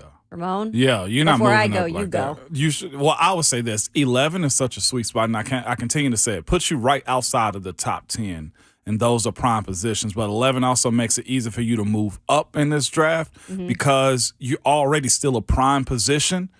But it also makes it to where if a team behind you, 18, 17, 16, needs to move up to get that guy that just so happened to slip and fall, they have a really big bargaining chip right now at 11. And if they're moving up to 3, you don't have to give up as much considering you're just outside of the top 10. So they still get a prime position. But if there's a guy that's really reachable and attainable for you, then you go get him. And considering you got the Panthers 1, Houston, AFC South 2, Arizona 3, I don't have a whole lot of needs. They have their quarterback. And then at 4, you got 2 divisional opponents in the top 5, and you are looking to reset your franchise yourself. Whatever they pick at 3, and I'm sure we'll get there, but 11 to 3 ain't out of just the realm of possibilities for this team. Yeah, I mean, when I heard this, I was just thinking to myself, and the first name that popped into my head was, my goodness, are they really looking at Anthony Richardson seriously? Because I know that he is expected to be a top 30 visit. They were down there at Pro Day, obviously, for other reasons than just him. I think Osiris Torrance. They were looking at too. But now I'm starting to really feel like, oh goodness, could this be an actual possibility that they go up and possibly get a guy like Richardson. Right. And then you have that Larry Krueger report, the Niners radio host, a guy that does the hosting over in the radio area over there in San Francisco. And we were with our friends at Spring Hill Heating and Cooling on Friday at the Kane Brown concert. And I'm talking with all of them, and they're telling me about this report too, which I didn't even see, that Trey Lance could possibly be in the picture with making a trade with that. So no matter what you're looking at right now, guys, it does seem like a quarterback is somebody they're looking at this year to make a move on. You know something we hadn't brought up too, and I think it's just because he's so new to the city, Rand is also a Florida alum. Now, I forgot about that. I don't think he's going to, make it his career to, hitch his wagon to somebody from his university, because that's one way to lose your job, right? That's like, hey, he went to Florida. But his intel on what Florida is and their players is probably a little bit more in depth because he is an alum from there and played there. So that's just a cool little snippet there that don't mean a whole lot in the world of him doing his job, but it's a piece of information. Well, it's just like you're always going to see Mike Vrabel at Ohio State Pro Day. Yeah. You're probably going to see Rand Carthon at Florida Pro Day moving forward. Right. They makes just sense. happen to have a quarterback right now in the market. Here's the thing about moving up to 3. Not for Anthony Richardson. No, I'm not for about a guy it. who is inaccurate. And there are very few quarterbacks in the history of the draft who have had accuracy issues going into the draft who have ended up panning out as legitimate starting quarterbacks in this league. Yep. Josh Allen is the one, and he had 14 interceptions last year.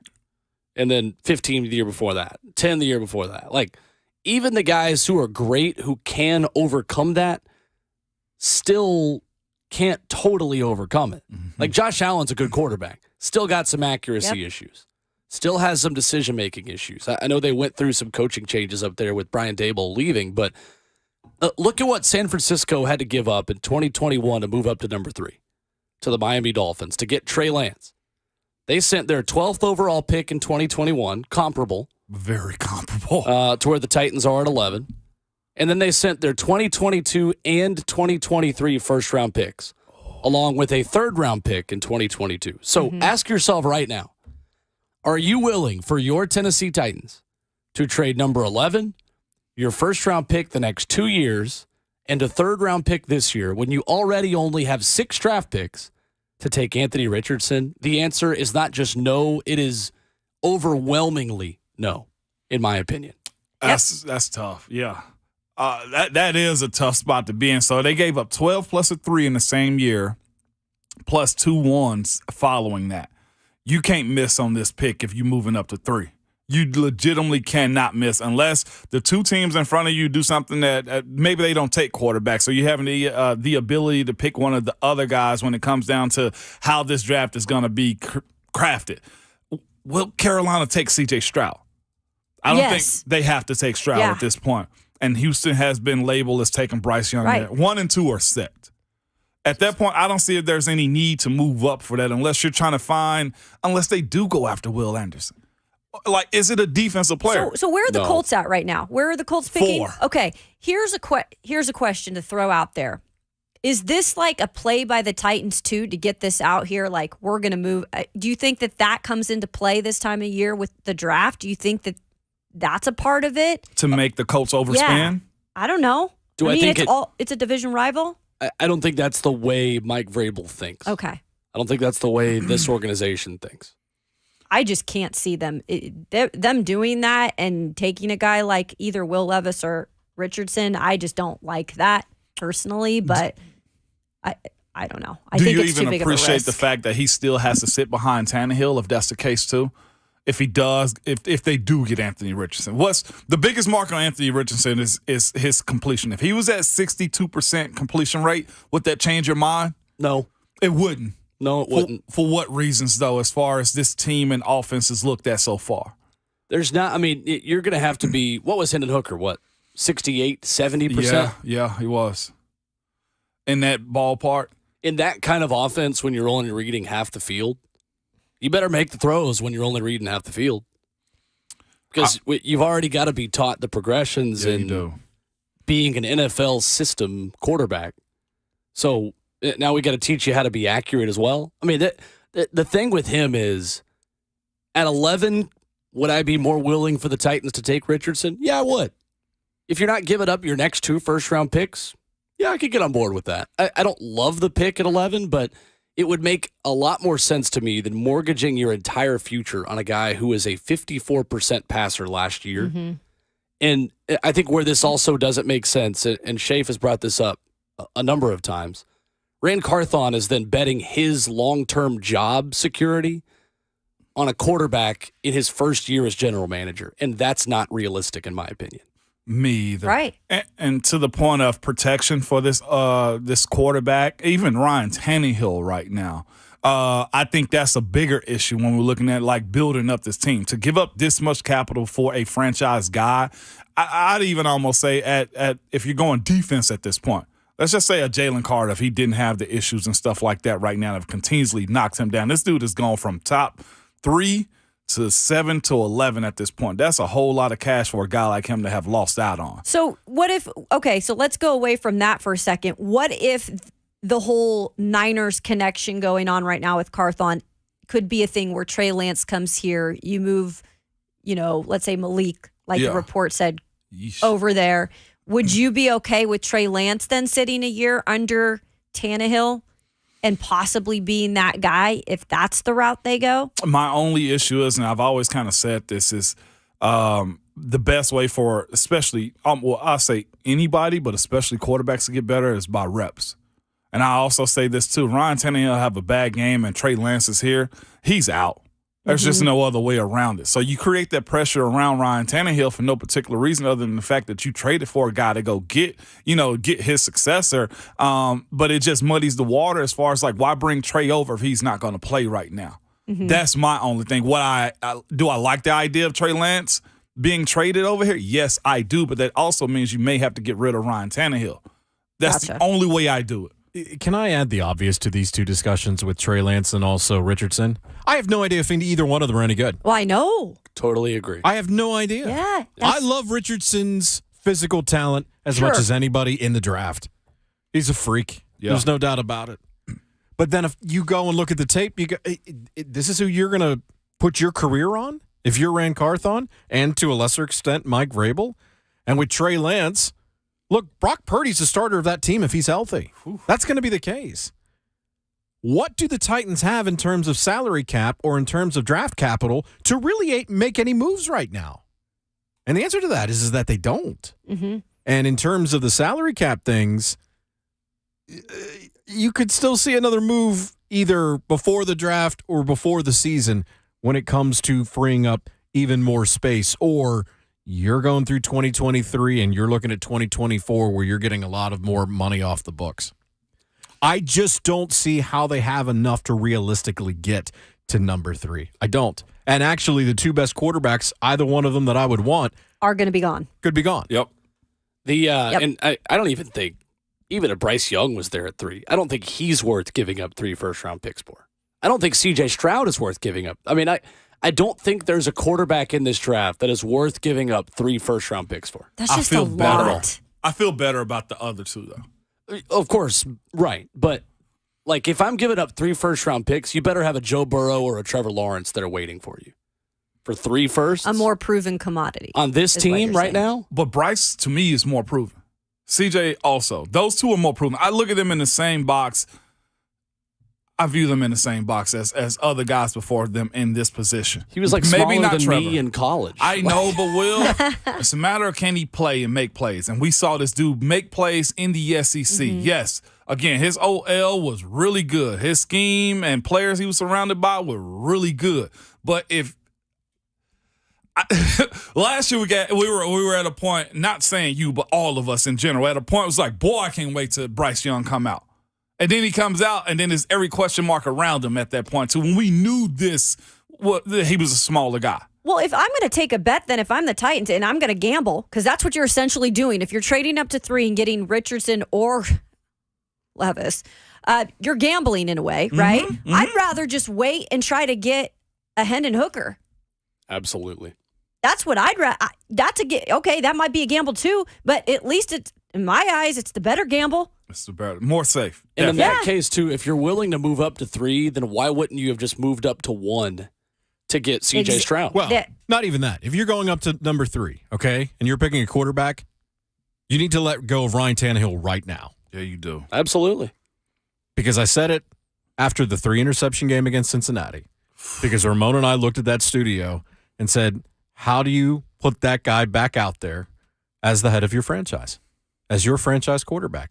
Now, unfortunately, he got injured. He didn't do anything, quote-unquote, wrong last year, to be honest with you. But if you have somebody at number 3, that's got to be your guy as your day one. Yeah. And whether they're ready to be the day one, at that point, it doesn't matter. At that point, you're going to have a public outcry for that person to be starting day one. Are you ready for that as a franchise? For the sake of the conversation, by the way, I know we're all on the same page about this, but for the people who are going to ask, well, what about Malik Willis? I don't think Malik Willis is a part of this franchise's future. From what he showed us last year, as a rookie, it's hard to win a job long-term as a rookie.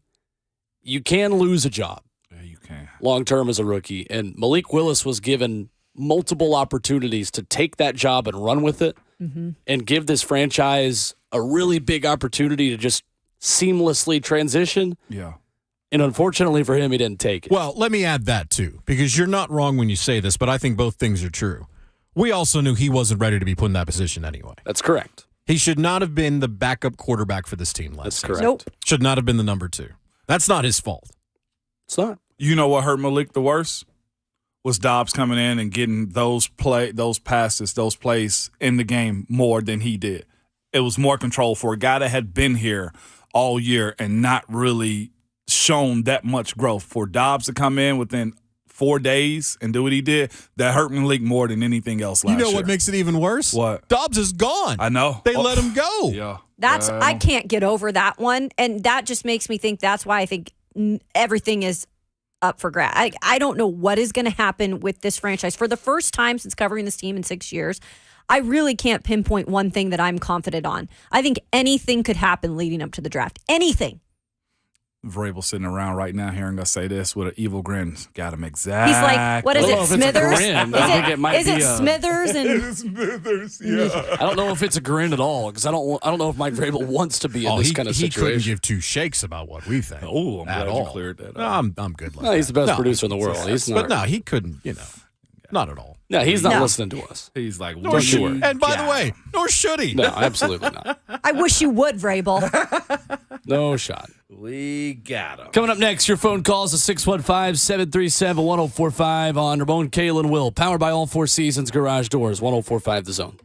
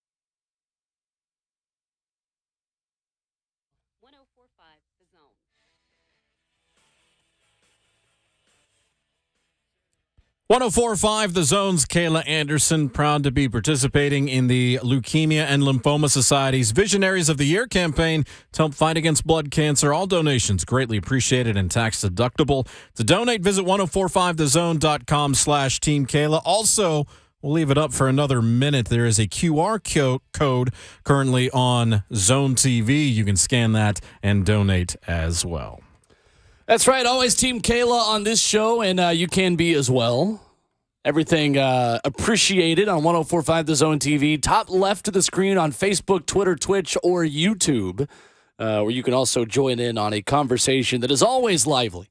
Here on Ramon, Kayla, and Will, powered by All Four Seasons Garage Doors. Taking your phone calls as well at 615-737-1045. And we begin with Mark in Nashville, discussing quarterbacks in the draft. What's going on, Mark? Hello? Hey. What's up? Yeah, so kind of to play the other side of the coin on the whole draft, should we get him, should we not? As a long Titans fan and seeing all our quarterbacks over the years, I think the risk might be worth it to move up and draft a quarterback like that, just because a quarterback can really change the dynamic of the whole offense and really offer a spark. We always say what we're lacking, explosiveness. Yeah. Some people point to receivers. Some people say the whole line is bad. But look what happened last year. We started 3 quarterbacks, and the last quarterback ended our season on a fumble that cost us the playoffs. So if I'm the new GM and I'm looking at the old tape from last year, and this is from a Titans fan that's watched all the quarterbacks, I really feel like our biggest need is quarterback. Tannehill's not the answer. Malik looks like a project more and more every day. So I think we might have to reach for quarterback. If not, maybe try to get one in the middle rounds. But, AR-15, I mean, the guy, he looks more and more like a great pick. The more you watch the film and the more you watch his tape, I mean, he likes some stuff here and there, but all in all, he might be the spark that the offense needs to get us through over the hump and for the team to take that next step, especially with the division that's getting tighter and tighter every year. Jaguars breathing down our neck. Then you got Houston's finna draft, one of the top quarterbacks. So, it's an arms race in the AFC, and if you don't have an arm, you might get left in the dust. Thank you, Mark. That's fair. You want to know why you played 3 quarterbacks last year? Because you didn't have an offensive line. Hey! Had nothing to do with Ryan Tannehill's quality as being your quarterback. Has nothing to do with Tannehill being the guy or not being the guy. The reason, if you want to complain about, we played 3 quarterbacks last year, you're contradicting yourself because that is an offensive line problem, not a quarterback problem. Yeah. A lot of teams played a lot of quarterbacks last year, too, if you really look at it. Yep. That's why the backup market for quarterbacks in free agency was through the roof. It wasn't it this year? Arizona was one of those teams. Houston was one of those teams. San Francisco. Yep. Let's go to Jacqueline in Nashville. Up next with us, 615-737-1045. Good morning, Jacqueline. Hi, how are y'all? Good morning. Good. First of all, I lay railroad tracks, so Ramon. I'm sorry. I'm just kidding. I don't. Jacqueline, why would you do that? Why would you do that, Jack? I so tried much, to correct it, Jack. Come on. I'm just kidding. I just had to give you credit about it. But I do have a question about Hendon Hooker. So, is it just his knee injury that's making him not come up in conversation, or is it something else? Because for me, if the Titans are planning on keeping Tannehill, I'm with Kayla. Why would you not wait and get somebody like Hendon Hooker who can sit behind Tannehill and not cause a lot of ruckus, per se? Yeah. And I just want to hear y'all's opinion on that. Thank you, Jacqueline. Yep. Appreciate the call. First Good of question. all, shout out to Jacqueline. She's on my team because she was giving you crap Yes, to start the I call. was just like, And you Call fell in for anytime, it. Jacqueline. Jacqueline got me. Join I'm gonna be us honest. whenever. That's messed up, Jacqueline. You're a better human being than this. No. Nope. Deflection. No. You don't get to do that.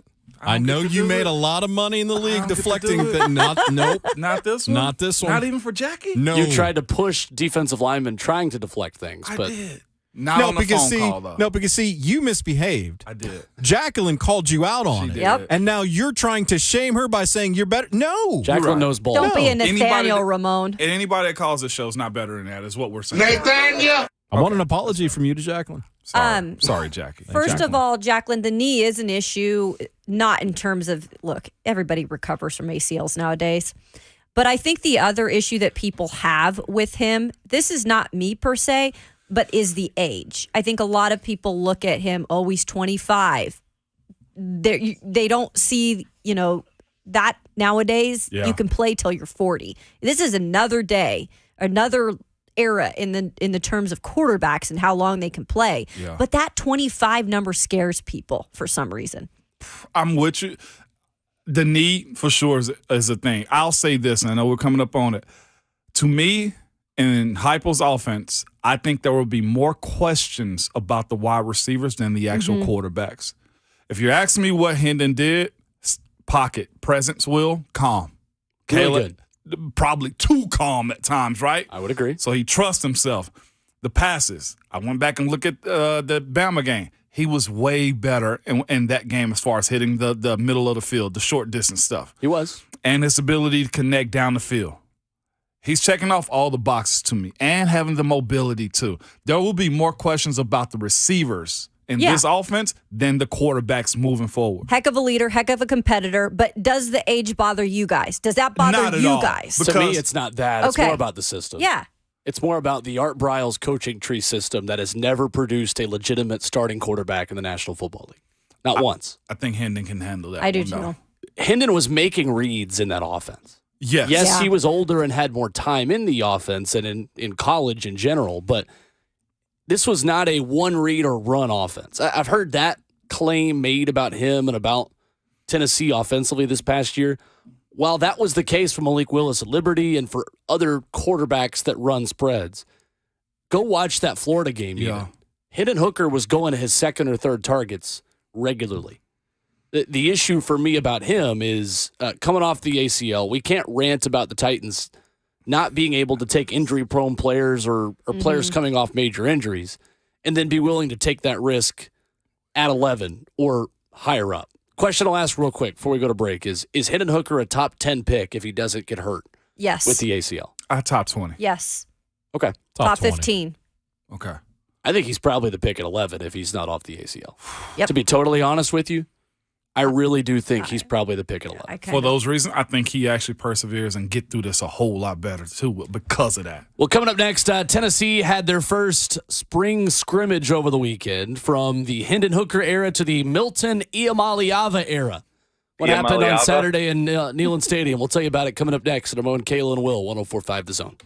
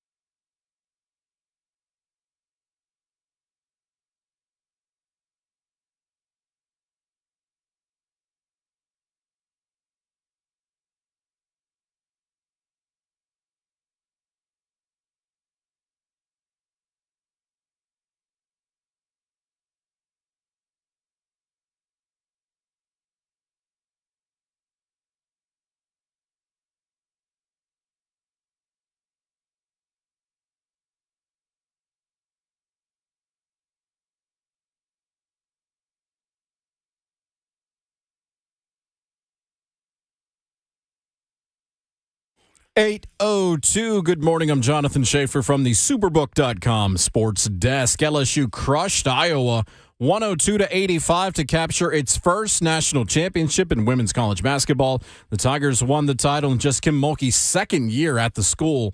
Mulkey now the first coach to lead two different schools to national championships. On the men's side, UConn taking on San Diego State tonight for the Natty. Our coverage begins at 6:30, courtesy of Westwood One. To the Association, Bulls over the Grizz, 128-107. Baseball yesterday, Nats over the Braves, 4-1. Braves took 2 of 3 from the season opening series. For foundation repair and waterproofing needs, visit USSTN.com. Breaking news at once on your home for the Titans and the Vols. This is 104.5 The Zone.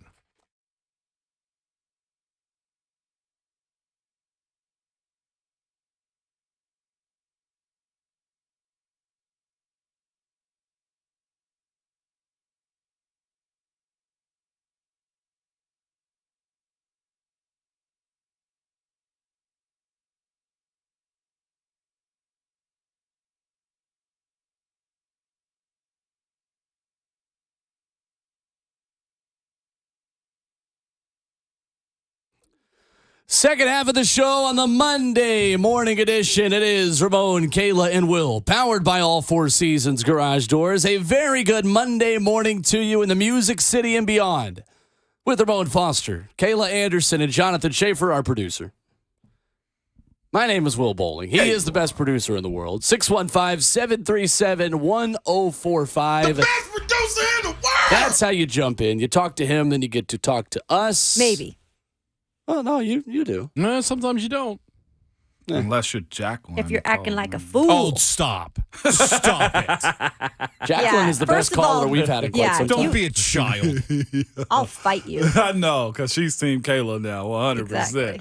We're No, always Jacqueline, I Team Kayla. appreciate that. That was good. We should go at each other like that more often. More Now, often. see, that's another More tactic that Ramon uses, is that once he gets called out, then he's overly complimentary in order to then make himself still look like, hey, I'm still the good guy. But it's not condescending, though. I thought that was really good. Ramon's face is so funny. Like Sometimes I it wish is. y'all Can't. could Sometimes hear it is. this or see this Sometimes in it the is. car.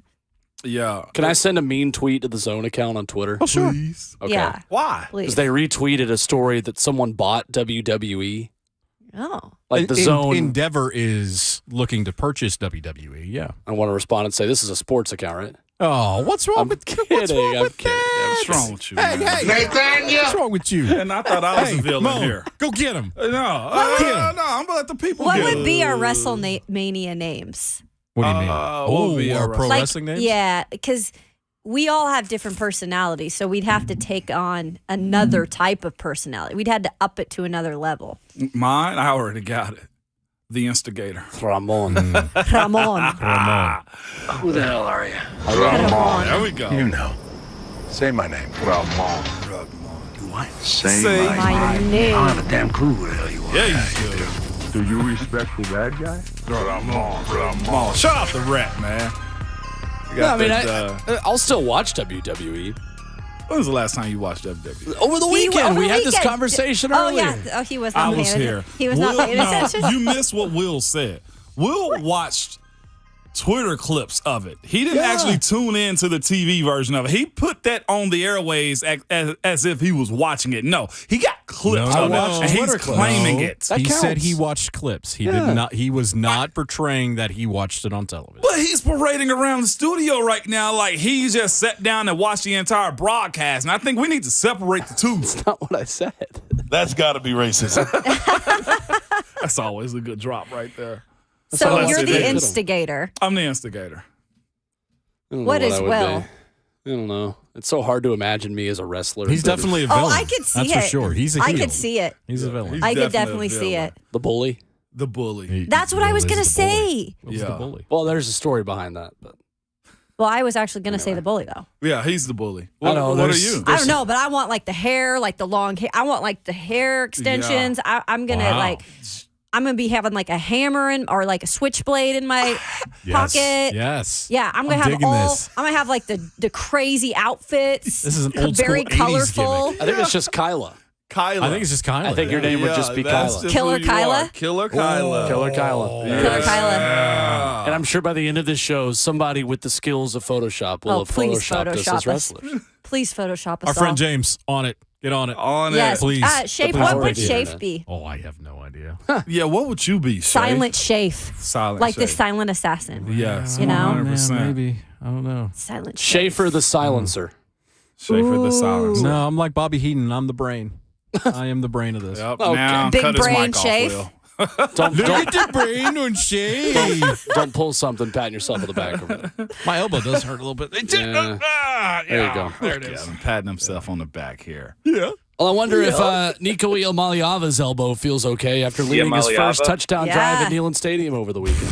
Put the Transition. hammer down. Tennessee practiced at Neyland Stadium Saturday. No. You're not going to let me have that one.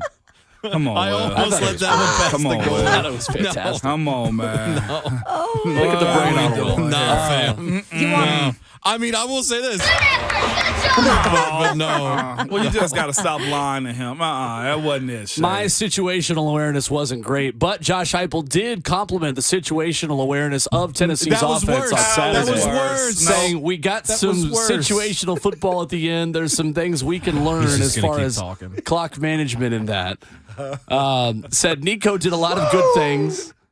Had his eyes in the right place, made decisive reads, moved the pocket, all the coach speak things, because ultimately recruits and high school coaches were allowed to watch this scrimmage, but the media was not Of course not. on Saturday in Neyland Stadium because nuclear codes are hidden within offensive plays in college football. So I guess that's why. It is ridiculous. Ramon, please defend your boys. on. Defend college football You coaches can't, Moan. for treating practice and scrimmages like state secrets are being Yeah. sold at halftime. You know, well, No, to be don't do fair, this. yes, Oh, 100%. don't To do be this. fair, 100%. Media sometimes always wants to be the ones that give out the, hey, watch this cool pro tip right here. And it's actually a little bit too much information at times. Yes, I will say that. Like, there's certain, not saying you will because you're a true pro, or you either, Kayla, because you are the I pro in know this that. room, okay? But some do want to release certain information or say this about certain Then kick 'em out. plays. Well, see, that's the point. One messes it up, you got to kick out the entire I group. just say pick the ones you don't like and kick them out. But the NFL That's a allows lawsuit full waiting there. access. No, Full they access. don't. They do not. To practice, Yes, they do. 25 minutes. In training camp, they do. I'm In saying training that camp, this, yeah. Well, this is training camp for college football. Well, there's Yes, it not is. really. Not really. This is the spring version of it. It's not a finished product. Okay, at so this it's like time. OTA. This is just the base aspect of it, right So it's here. spring training camp. It's spring training camp. Is what it is. Which You is just- training camp. It's a welcoming practice. Is what this is. Okay. It's All welcoming right. practice. Okay. Yeah, So I if it's a feel them on welcoming that. practice, why are you kicking people out? because there is certain information that still goes on in those practices, or Like what? Then why can high school coaches and recruits watch it? because they can't report on it. You think those high school coaches aren't taking videos and tweeting them out? I And don't agree. You showing them can't to their actually friends and use them. showing Their them. jobs actually require them to use that type of information from practice. But this is also Media's the job issue. requires watching it and then reporting on it. Reporting a little bit too much. I think there is a component of sports that should be held back a little bit. It's too much connectivity at times when it comes down to it and accessibility to that type of stuff. So, yeah, I agree with it. It should be, hey, we're going to pull the curtains down for a little while. You can't report on this. Now, I get where you're coming from, but no, I'm with it. Steven on Twitter chimes in with what my wrestling name would be and says babyface bowling would be my wrestling name. Yeah. And That's then you fair. come out like Pretty in good. diapers and like That's- a little like. Okay, all right. That's Hey, hurtful Hey. but fair. leave the studio, Caleb. Hurtful but fair. Why don't you sit your down? Knives and blades and Wait, what? putting Why don't you Will sit in a your diaper. down? No, you You put can just Will say in a butt. diaper. You don't sit have to yourself pause. down. You can just say butt or That's a yourself. grown man right there, He okay? said baby face Will. So when I thought of that, the immediate thought that went through my head was big diapers and like a little like pinky or something. Pacifier? I hardly know her. Playing with a grown man out here. Will, I got you on this one, okay? You will not be in Depends. You hear me? That's I didn't say What is wrong with this person this morning? Hold that. I said Pampers. Come on. No free shout outs.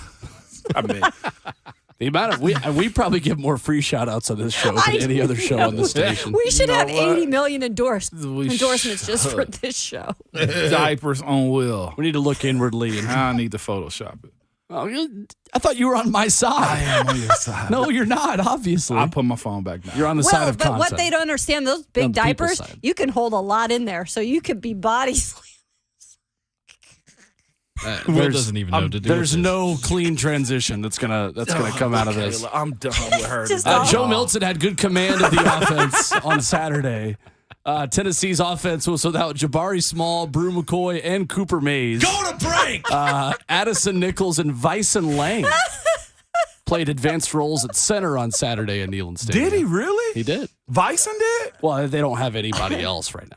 I mean, but I thought it was Cooper's a guard tackle mostly, not even a center. Played a little center. Of course, this switches his mode when he hears about offensive. That was the linemen. Well, plan. this switched yours when you started putting grown men in diapers around here, Caleb. And Josh Heupel is switching to new edge rushers this year and actually was complimentary of Tyree West and Joshua Josephs. Go to break! Caleb Herring, a guy. We just got to our break time. Relax. It's 8:13. Oh, wait. Yeah, we're good. Go on. Caleb Herring and Elijah Herring, guys that played significant minutes. And coming up, Josh Ward from the Sports Animal will join us to get us back on the rails. That way, it's not just me that's trying to, do the job. Do the adult thing here. Josh Ward will join us. Bowling. His name is Will Bowling. Come on, Bully.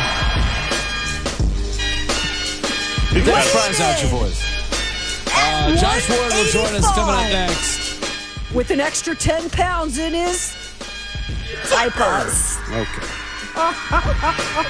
Anything significant that came out of Saturday's scrimmage, Josh Ward will cover that, as well as a big visit for Tennessee basketball in the transfer portal. Tennessee getting better and getting a heck of a lot smarter in the transfer portal, potentially. That's next on Ramon, Kayla, and Will, 104.5 The Zone. Piss down my leg.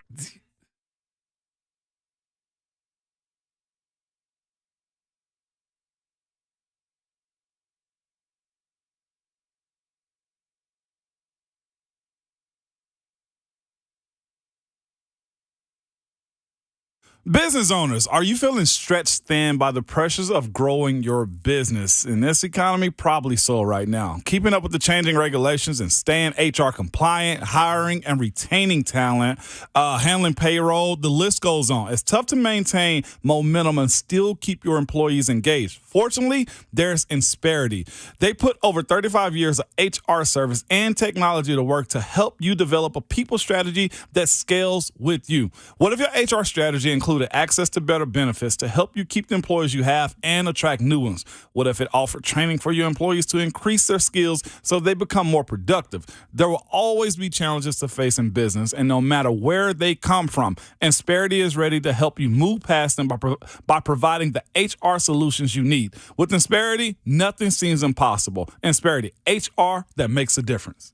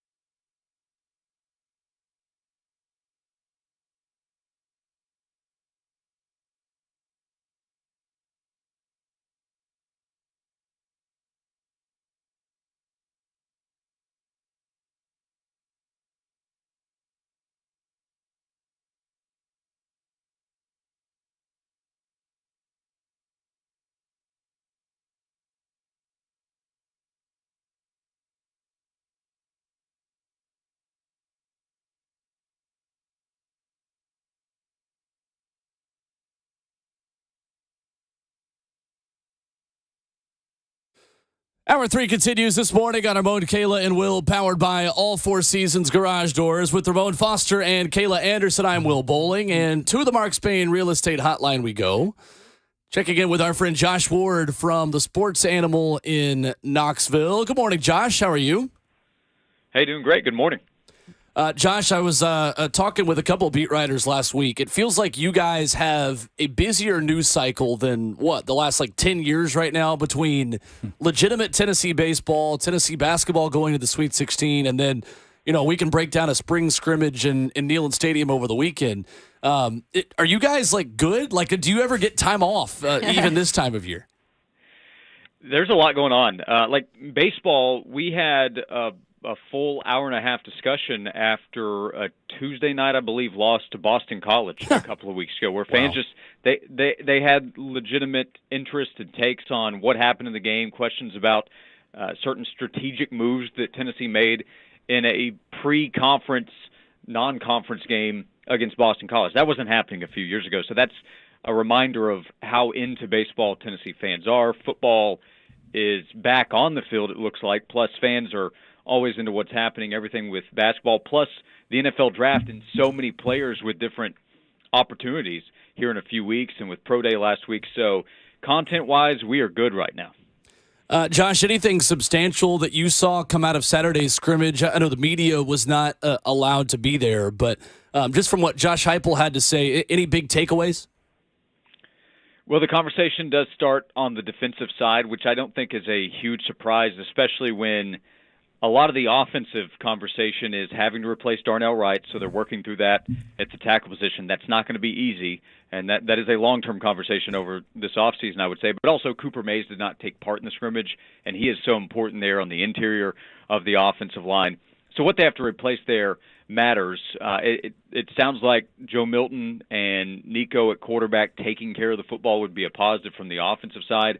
And then on the defensive side, they have some guys to work with up front because Joshua Josephs and James Pierce are now a year into their time at Tennessee. Those are guys that have legitimate, I think, all-SEC potential on the edge. Tyree West is another second-year defensive lineman that they like a lot, plus some guys who return like Roman Harrison and Tyler Barron. Having to replace Byron Young is a big deal for this defense, but now they have more players that I think they can count on to do that, and then competition in the secondary has been real, especially there at corner with some guys that are a little older. A player like Danico Slaughter will be someone to watch this fall to see how much improvement he can make. And then Gabe Judy-Lawley coming in as a transfer, plus some young players who are talented and athletic and add more speed to the defense. So the defense getting more praise coming out. Some young players at the skill position on offense got some praise from Josh Heupel afterward as well.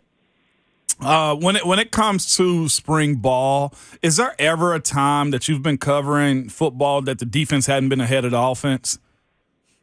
Not that I recall. I mean, it seems that way, especially in this type case where you're having to replace offensive linemen. It's just like good luck. If the defense has a bunch of guys up front and the offense is trying to figure out things on the offensive line, then good luck to that unit. So that's why, if you have these offensive line questions right now, let's just call it that, the quarterback's taking care of the football, to me, would be a big positive. If you have a turnover machine there and you're thinking, okay, well, what if the offensive line has some extended issues? Because Darnell Wright was a huge reason why Tennessee's offense took the step that it did this past fall. He wasn't the only reason, but he was a big part, and he's not coming back. So they have John Campbell who's transferred in, and it looks like he'll be on the left side there at tackle, but figuring out the right side. And then last year they had Cooper Mays the whole season. Him being healthy was a big deal. He missed some time the previous season when he had taken over that starting center spot. So, Ramon, the conversation this time of year, especially if you have guys that can rush the passer, should be that the defense is doing well and the offense has some time to catch up. And also, I doubt Josh Heupel, the offensive coach, is just going to come out and praise his offense. So I wouldn't have expected that either way.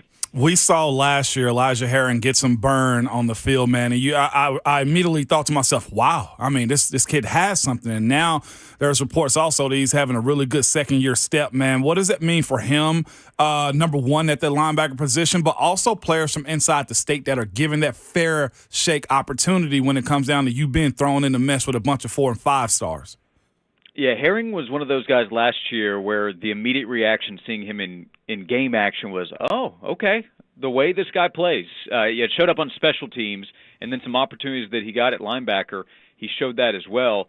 And that fits with how this defense is designed. You're trying to be aggressive, you're trying to attack, and you're trying to take the football away, which, according to Heupel, that they weren't able to do this past Saturday, but being able to create pressure, they were able to get off the field, and that matters just as much. The goal is to get the football back to the offense. So I think Herring, being a year older, he's a part of that group where last year's defensive class showed some guys that if they continue to develop could make a big difference this upcoming fall. So Herring plus those guys on the defensive line. Keenan Pili is an older player coming in as a transfer at linebacker. So mention having to replace Byron Young. Well, they have to replace Jeremy Banks, and they have Aaron Beasley coming back. I think they start to feel a lot more confident about the depth and the amount of playmakers they could have at the different levels on defense compared to what they've worked with the last couple of years, where there were a few guys, but a lot of guys that they believe can count on and then grow into roles as the season goes along. So expecting Arion Carter to be a starter would be unfair, but a freshman in-state linebacker that has already shown some positives where he picked off Joe Milton here in the first couple weeks of practice and has shown some instinctive playmaking ability. If he's a guy that maybe is not ready to be a starter in September, but he's a guy that they trust to get on the field on special teams and continues to develop, and if he's needed due to injury as the season goes along, there's more confidence in him than they had in players in backup roles the last couple of seasons. Think about Jeremy Banks being unavailable against South Carolina last season, how big of a hit that was, having more guys they can count on. So Herring is a player that they love what they saw last year, and he could develop into a really good player for them here over the next couple of years. Cedric Tillman, Jalen Hyatt, they obviously are in the NFL draft looking to go to the next level. When you talk about this wide receiver group, because I know Jalen kind of just really made a name for himself last year, who do you see being maybe that guy this year that we don't, have on our radar yet? Well, not on the radar. So I think the big four that are going to get most of the conversation would be Brew McCoy and Ramel Keaton coming back from the starting roles they held, Squirrel White, who showed in the Orange Bowl what he's capable of, and then Dante Thornton, who is transferring in from Oregon. So he would be the one that fans may not know as much about because he's a transfer, but huge playmaking ability. So I would remove them from surprise candidates. Maybe it's Chaz Nimrod. He's a guy that got a little bit of attention last year, coming in as a true freshman, dealt with injury. But part of this would have to be that an opportunity comes to him because of somebody else going out, which you don't want. But that's kind of how Ramel Keaton was able to step into the role that he did. So to step into a Jalen Hyatt type numbers standpoint would be an unfair expectation probably for anybody. But if somebody goes down, Nimrod is a guy that got some attention last year, was under the radar as a prospect in the class that he came in. But I think the four that we'll hear about, they go in knowing that, okay, we're the guys, because this has not been an offense that has gone too deep into the receiver rotation. So I think this is a group where you could see different categories led by different guys. So like average yards per play, that might be Dante Thornton, who hits the big home run balls at 21.5 yards per catch for Oregon. Total passes caught, and they went to Squirrel a lot in the Orange Bowl, and he was named by Heupel as a guy that stood out on Saturday. And then Brew's a guy that his role can expand, and he probably gets more red zone opportunities. And then Keaton will say, don't forget about me. He can kind of do a bunch of different things. So that's where the conversation starts. But if somebody goes down, I'd probably say Chaz Nimrod next. Nathan Laycock, now I'm just doing a roll call, but Nathan Laycock's a freshman who they like a lot. He got named the other day. So, yeah, he'll push. It's just expecting something out of a freshman is kind of a tall task right now. And Josh, we had this conversation earlier today because the Titans are rumored to be maybe trading up to number 3 to possibly get a quarterback. And the names you think of are Anthony Richardson, a Will Levis type of guy. But I just gave the fact, why don't you possibly wait and get a guy like Hendon Hooker? Can you just give your thoughts on, would the gamble be worth it in a guy like Hendon Hooker? Maybe he's 25, yes. Maybe he played in a certain system, yes. But I feel like there's so much more good that outweighs that.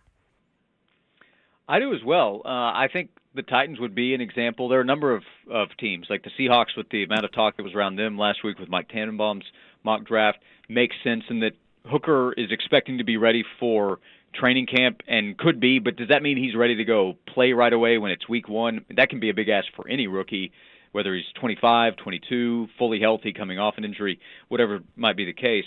But the system, I think, can often be used as just something that you want to handcuff a player with when you're not actually breaking down what the player did in the system, what was asked of him by the coaches.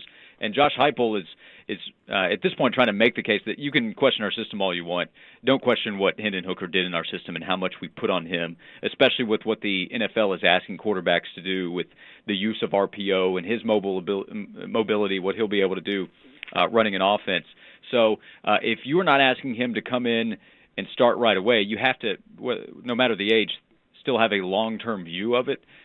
Hendon's a guy that by midseason may be ready to take over a starting role. Certainly by 2024, if you're taking him in the first round, you were expecting that. And I think with the knee injury that he suffered, teams have at least spent time focusing on, okay, what did he do for Tennessee? How did he develop? What was it about his leadership qualities, his character, everything that he understood, how he improved, how he limited mistakes, and then having the chance to talk to him at the Senior Bowl and the Combine. I think it's pretty obvious that NFL teams have come away really impressed with who Hendon Hooker is, how he's developed, and how he can lead an NFL offense. And there have been quarterbacks before that they've come into the league and the system that they played in college led to questions about the player, but then the player got the right coaching and the player had the right makeup to then make whatever kind of transition he did into the NFL, and he did just fine, and I would bet on that working out for Hendon Hooker. Josh Ward, our guest this morning on Ramon, Kayla, and Will. Switching gears, Josh, to basketball. Tennessee basketball reportedly has scheduled a visit with Harvard transfer forward Chris Ledlum, who averaged nearly 19 points per game last year and is wanted by everybody in Power 5 college basketball. How aggressive do you see Tennessee being now with a lot of question marks moving forward on this roster? They need to be aggressive, and I think that they will, just like everybody else is. But this process of trying to find players for next season began before this past season ended, and that, again, applies to everybody. But you're playing in tournament games and also trying to figure out who is available, who might be available in the transfer portal, and make moves quickly because of what everybody else is trying to do. But Tennessee needs a big man who can score. You had the news last week of Olivier Kamwa, his name entering the transfer portal, and the staff already had to plan to be without him next season with him being a senior. So a big man who could score.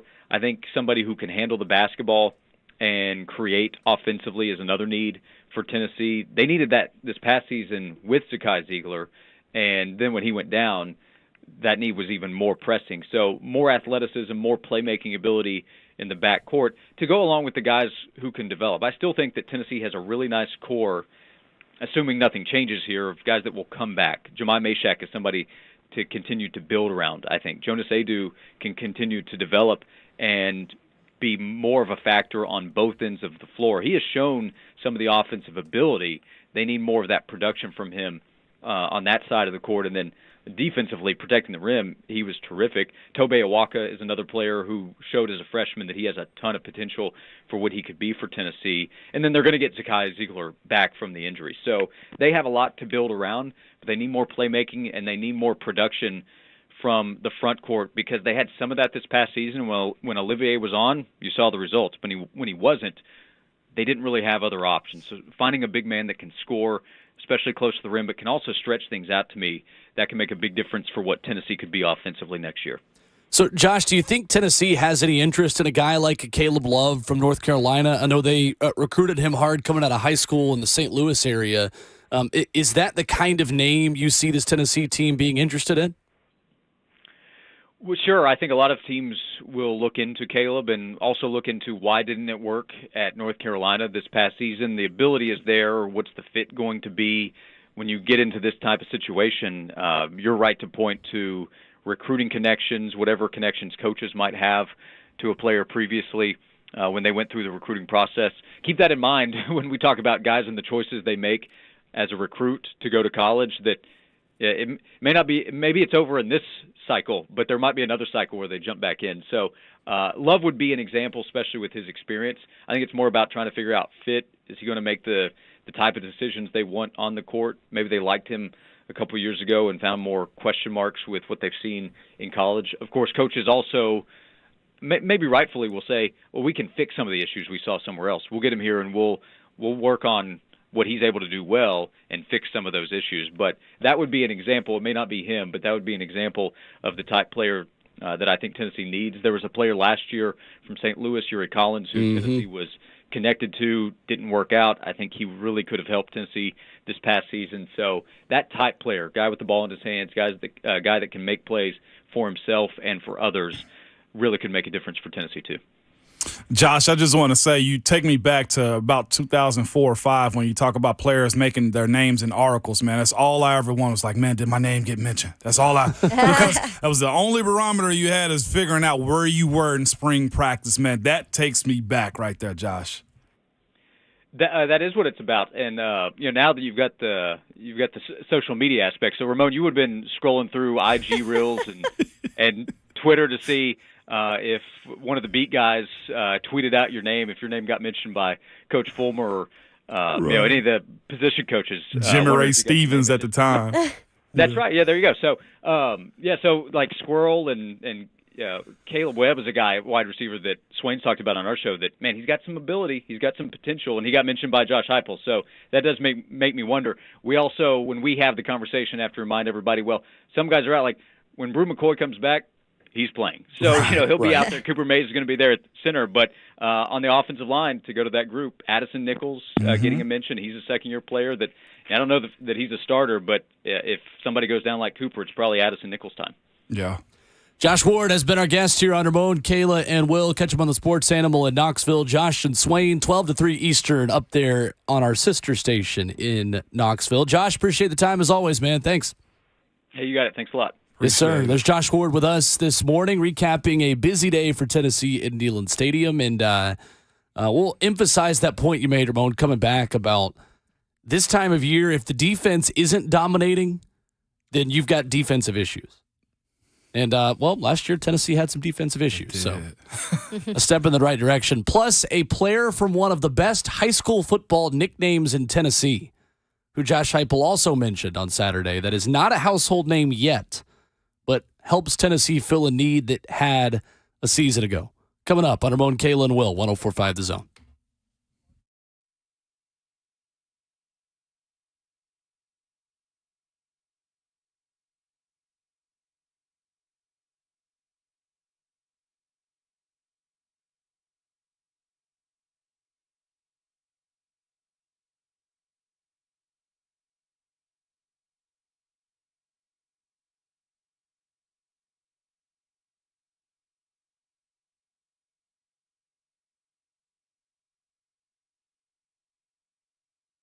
I'm joined now by Dean Glasscock of Arbor Art Tree and Shrub, your expert in trees and shrubs right here in Middle Tennessee.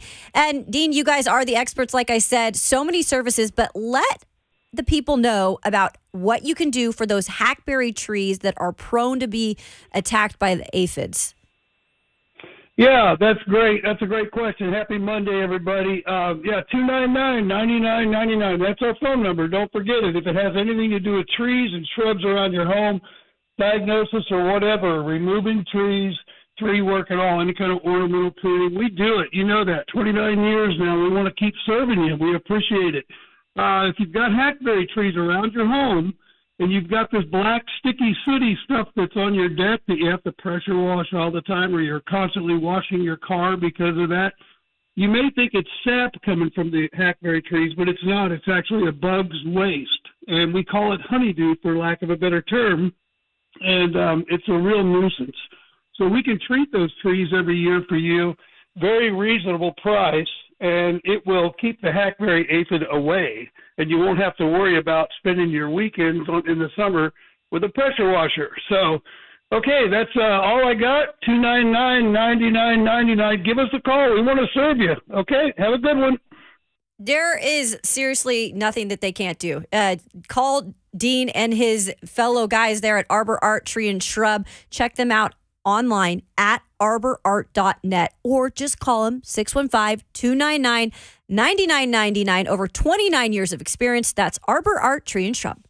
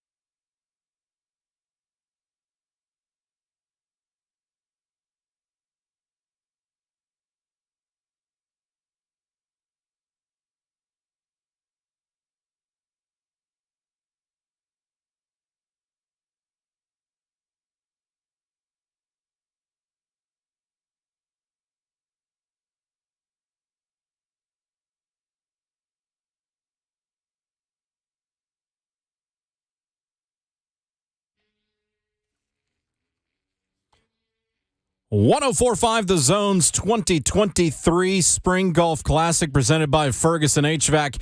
April 10th, next Monday at Greystone Golf Club in Dixon. One team remains available for purchase. Do it now at 1045thezone.com. And the Spring Golf Classic brought to you in part by the Nashville Sounds, Dickens Turf and Landscape Supply, the Nashville Predators, Master Staff, and Uncle Bud's. Looking forward to that next Monday morning. And if you are headed out to the morning tee time, we have one more first for Kayla Anderson this upcoming Monday. What's that? Oh, yeah, we do. Yeah, we do. No, what? Yeah, Because the we first do. time that you'll enjoy this. Oh yeah, I'm doing I'm going to announce start, them. Yep, the start There your we go. engines. There you go. The shotgun start. Mm-hmm. I got to Whatever work it on is. that. Instead of a shotgun, we have Kayla Anderson. Got to work on my delivery there. She's a pistol. Ramon's first one was god awful. It was? Mine No, it was was bad. Mine was decent. Moan's second one was much better, though. My first You had one. nowhere to go but up. What Yeah, I was? got five. Can I The ask first one was what terrible. made it so bad? The lack of We can preparation. find the audio of that pretty easily, I bet. Lack of preparation, not really understanding the moment, Kayla. He just It goes, was- he Yeah. he literally just goes, gentlemen, start your engines. It was. Good Oh. luck out there. Start your engines. It was. It was Wrong so sport, bad. but If that was my first impression, I deserve to get fired, Kayla. That's all I'm telling you. You did. That's Yeah. true. Yeah, I can admit. I'm not even gonna fight back on it. We would have avoided that contract quicker than Isaiah Wilson's. oh, If it was just it was based off of equivalent to that. 5 plays. oh boy. Yeah, you were just on special teams, and you got knocked over trying to block for an extra point. Exactly what I did, Kayla. And you're 5 too slow. Coach was like, we can't do nothing with this film, Mo. 5 too slow. Sorry, sir. It's your lunch and your milk box. You can leave now. Pretty much what the game. Yeah, and for this, you would have been late to the film room, and it would have been like Coach Mack locking the door of the film room when practice starts. Wow. And you get to ask everybody else what they learned in film once film is over. Everybody shot bad that morning. That's what I'm telling Oh, you. so you even gave it a bad mojo or Pretty much. opposite of that. Yeah, I can admit it was that bad. Kayla. Greystone is a great golf course. It is. Great golf course. I'm going to take my clubs if and I've just been. get a bucket of balls out there probably after we're done. Oh, straight up. Go fix my irons. I'm praying for some warm weather. I know it's not going to be Next warm Monday? when we get out there, It'll be Let's see. fair. So everybody but says. I am really hoping it's going to be a nice Supposed to day. rain every day this week. Is it? Is yeah, it? that's true. Okay. Hopefully that gets out of the way. Next then. Monday morning, it'll be a high of 67 degrees and a Oh, low of 51 right. in America's Music City. Yeah, nothing wrong with that. I am about Perfectly that. I'll take this. This honestly is like the perfect weather time of the year for Tennessee, though. Other than the friggin' tornadoes that pop up every once in a while, but high of 68 all the way through the week, and we get 82 next Wednesday. What in the world? Yeah, Not bad. Not bad at all, Kayla. This So, nice. one of the guys who impressed for Tennessee over the weekend, reportedly, is a guy who went to one of the best high school nicknames in the state of Tennessee. A guy that in his high school career ran for 8,347 yards with 102 rushing touchdowns, which ranks second and third all time in Tennessee high school football history, respectively. Deshaun Bishop from Carnes High School, the Beavers of Carnes High School in 5A Tennessee high school football. I love it when I get to take all of us on a journey around the best nicknames of high school football in Tennessee, like the Chattanooga Central Purple Pounders that McClendon Curtis played for from UTC. I love that one. It's a great one. One of my favorites. The Clinton Dragons as well. It's where my dad went. Shout out. Dragons is a great one. Collierville, also the Dragons. Anyway, with Jabari Small out, with Khalifa Keith, the other freshman running back who will not be an early enrollee, joining Tennessee in the summer, Deshaun Bishop got to play a little bit over the weekend and reportedly played pretty well. And you touched on this with Josh Ward, but I like Josh Heupel, at least when he's got a spot late on in the recruiting cycle, giving the benefit of the doubt to some of the in-state guys. Mm-hmm.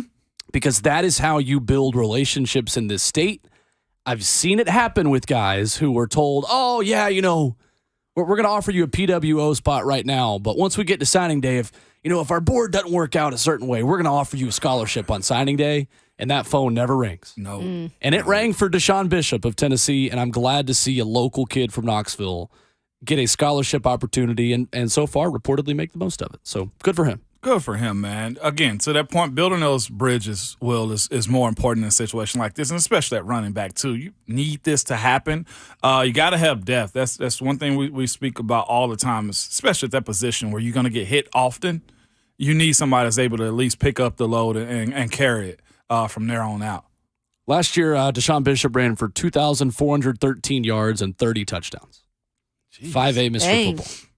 More than 6,000 all-purpose yards between his junior and senior seasons. Looking back, one of the things that I didn't think was a big deal in the moment that I look back on and should have seen as a red flag for the Jeremy Pruitt era was his lack of recruiting ability within the state of Tennessee. Oh, yeah. That was in the moment like, well, not a great class in Tennessee. Maybe he's just looking elsewhere and fostering relationships that he'd already had around the country. Versus in the state of Tennessee, just turned out that he wasn't interested in creating any relationships. Because he was at other places outside the state that viewed the talent inside of Tennessee as being very low or not that good quality. And no matter what, I mean, look, there's great talent in this state. There's no doubt about that. But no matter what, you should be trying to get the guys, like you said, Will, that stick out, especially. I mean, you should be going for those guys. If you are Tennessee and you are trying to say, like, we are the school, not just in Tennessee, but we're trying to build our brand up, like, you got to go for those guys. Yes, and there's no reason why you shouldn't compete for those dudes. Yep. I agree with you. I remember this kid signing. So I think it was like a late addition also towards the end of the year, Deshaun Bishop. It was like on signing day. It was, yeah. That was the one addition Tennessee made on signing day. Good for him, man. And look, I mean, Tennessee has done better in last year's class in state than they did in the first class. And Josh Heupel's reasoning for that makes sense, that the guys that are in state heard more about the turmoil under Jeremy Pruitt than guys in California did. Yeah. You got to change the narrative a little bit. Arion Carter, Elijah Herring, and Caleb Herring are studs from Middle Tennessee, from Riverdale and Smyrna. Mm-hmm. The fact that those guys are being talked about so much right now within that scrimmage, I think Arion Carter is going to play quite a bit towards the latter end of this season. He has the ability. You need 4 inside linebackers in the SEC. 100%. He has the ability to create a spark now. Definitely. For something bigger later. You know what you also got to love about those in-state guys? What's that? NIL. Yes, ma'am. That's right. Make it a whole lot easier, doesn't it, with that relationship that you have there. Facts. Coming up next, final hour of the Monday edition of the show. We'll give you a quick preview of tonight's national championship game. Talk with Ben Arthur of Fox Sports at 9:20. Go around the AFC South headlines with him and kick off one of the best weeks in sports, friends. Yes! Coming up next on Ramon, Kayla, and Will.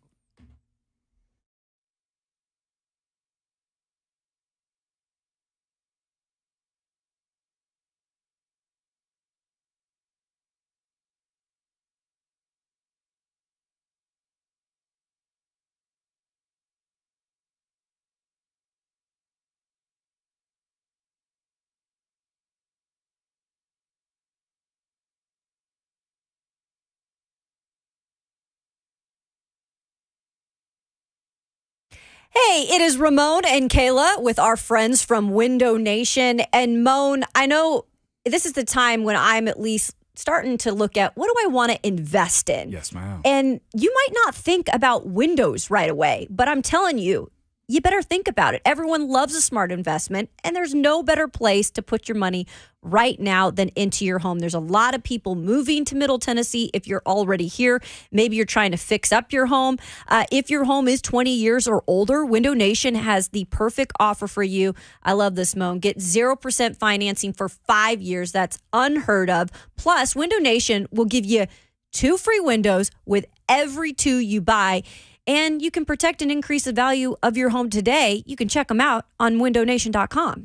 Also, too, Kayla, this is the thing, too. A lot of people don't know where to start when they're renovating their house or trying to build value. First thing, windows, okay? Window treatment, make it look good. That curb appeal that they speak about, Kayla. And this is the thing, too, as you said, the investment side of it. Increase the value of your home by up to $12,000 by simply changing your windows. And this is the thing, too. The longer you have old drafty windows, the more money you are wasting on your energy bills over time. Window Nation has saved save their customers over $60 million on their energy bills, too. So why not? As Kayla said, buy two, get two free on any style window from Window Nation, plus pay nothing with no interest until 2025. Reach out to them and be sure to tell them that Ramon and Kayla sent you at 866-90Nation or go online at windownation.com.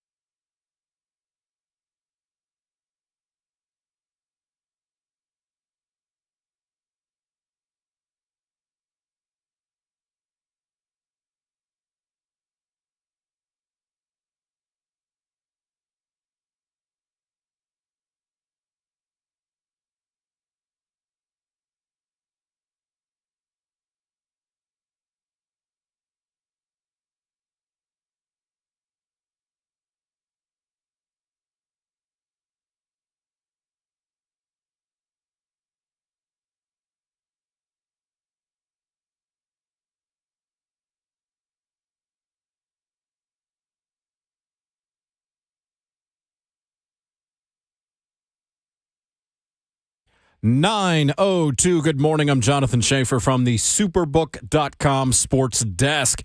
LSU thrashed Iowa 102-85 to capture its first national championship in women's college basketball. The Tigers won the title in Kim Mulkey's second year at the school. She's now the first coach to lead two different institutions to national championships in major women's college hoops.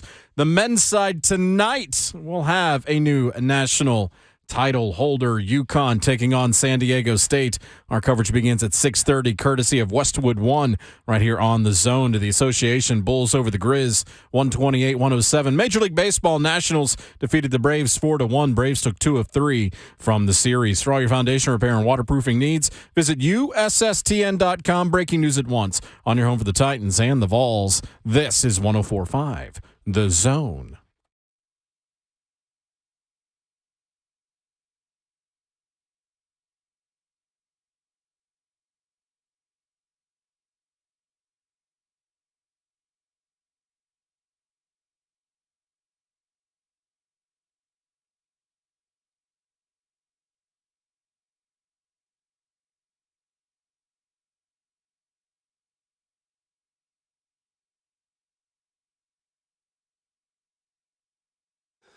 Fourth and final hour of the show this morning. It is Ramon, Kayla, and Will, powered by All Four Seasons Garage Doors on a national championship Monday. We continue to preview San Diego State and UConn tonight in Houston for the national championship. Talk Titans with Ben Arthur of Fox Sports coming up in 15 minutes and kick off the best week of the year. Pimentos and cheese. Egg salad sandwich. It's the Masters in Augusta, Georgia, with Ramon Foster and Kayla Anderson on the phone. Oh, he just messed that up. Yes, sir, she is the bee's knees, Kayla. And she I covers know. your favorite teams, Kayla. Let her ease your worried mind. And our producer this morning from the state of Pennsylvania, please welcome on the first tee, Jonathan F. Schaefer. I'm disrespectful. Yes, you are. The best producer in the world. Golf clap. Golf clap. My name from Brentwood, Tennessee is Will Bowling. 615-737-1045 is the number. And just give me a camera that follows Tiger Woods the entire week. By the way, I'm not sure if y'all follow Ben Jones. Ben Jones ended up getting a care package from the Masters. Well, so there's Must be these nice. there's these dope. packs you can buy. So Is we it? buy them every year. Okay. And they come with cookies. They come with the pimento cheese. They come with like golf cups, like to put everything in. Yeah. They're these big things, like I called the Master saw. Box. Pimentos. It was really It's legit. cool. Is the pimento and cheese pretty good, or it's just a thing you gotta yes. have? It's like No. $2 too. It's Is it? very good. I'm a pimento cheese fan. I'm just gonna throw it. I don't eat it often, but I don't shy away from it. Big pimento cheese guy. I am Are too. you also? And I Born like it in with- Tennessee, so of course. There it is. Is it a Southern Tennessee caviar. thing? Because It's a I've Southern- always had it. Southern Or thing. always liked it. Yeah. I put it in crackers too, on crackers. It's on the way. Yep. My mom had two things she always ate. Southern thing. Chicken salad, pimento cheese. Yep. Both of those two. Oh, I love 100%. both. Do you a fan of both too, Yeah, KK? 100%. There you go. I knew you was a real one. I ain't even have to say that. The there is a certain establishment here that also has pimento mac and cheese. Mm-hmm. Oh wow, you have to tell me off air. No free shout outs. Well, Yeah, we've right. We given give too free many. shout outs all the time. That's why I'm putting my foot down. Yeah. You putting your foot down. Yeah. You gone to it, Will? No, not before. Masters? No, Not yet. you can't get tickets to the Masters I know somebody that has. Travis has gone to unless it. you like know somebody Yeah. that really knows somebody. Huh. But me at 25, no. I haven't Do been to they the sell them Masters. on one of the ticket sale sites? They Look, don't. let's be I real. don't see any scenario. Will's calling the Masters in about 20 years. Oh, Facts. don't gas me and up then like that. do we just all so get that free no- tickets? Of course. Okay. There's I'm no holding way. you There's to no that. way I'm He calling get the big Masters time in if he 20 get Why us, not? Kayla. I Hey. swear, we'll track I'm him down. holding love you to. Why to not? that. That's- Why not? That's one of my dreams. Dream big. You Yeah. see that guy across the room Yeah. from you? Yeah. That guy played in the NFL. Can I tell you what that was for me, appreciate though? Hmm. I remember, and this is to your point, to his point, Will, if you want something, say it out loud, okay? Let me just take you there real quick. I specifically remember being in the backyard of my grandmama's house in the projects in Covington, Tennessee. By the way, my Covington folks, praying for you. That tornado hit them directly this past weekend, all across Tennessee, too. But I remember being in the backyard, and I was like 10, and I said, I'm going to play in the NFL.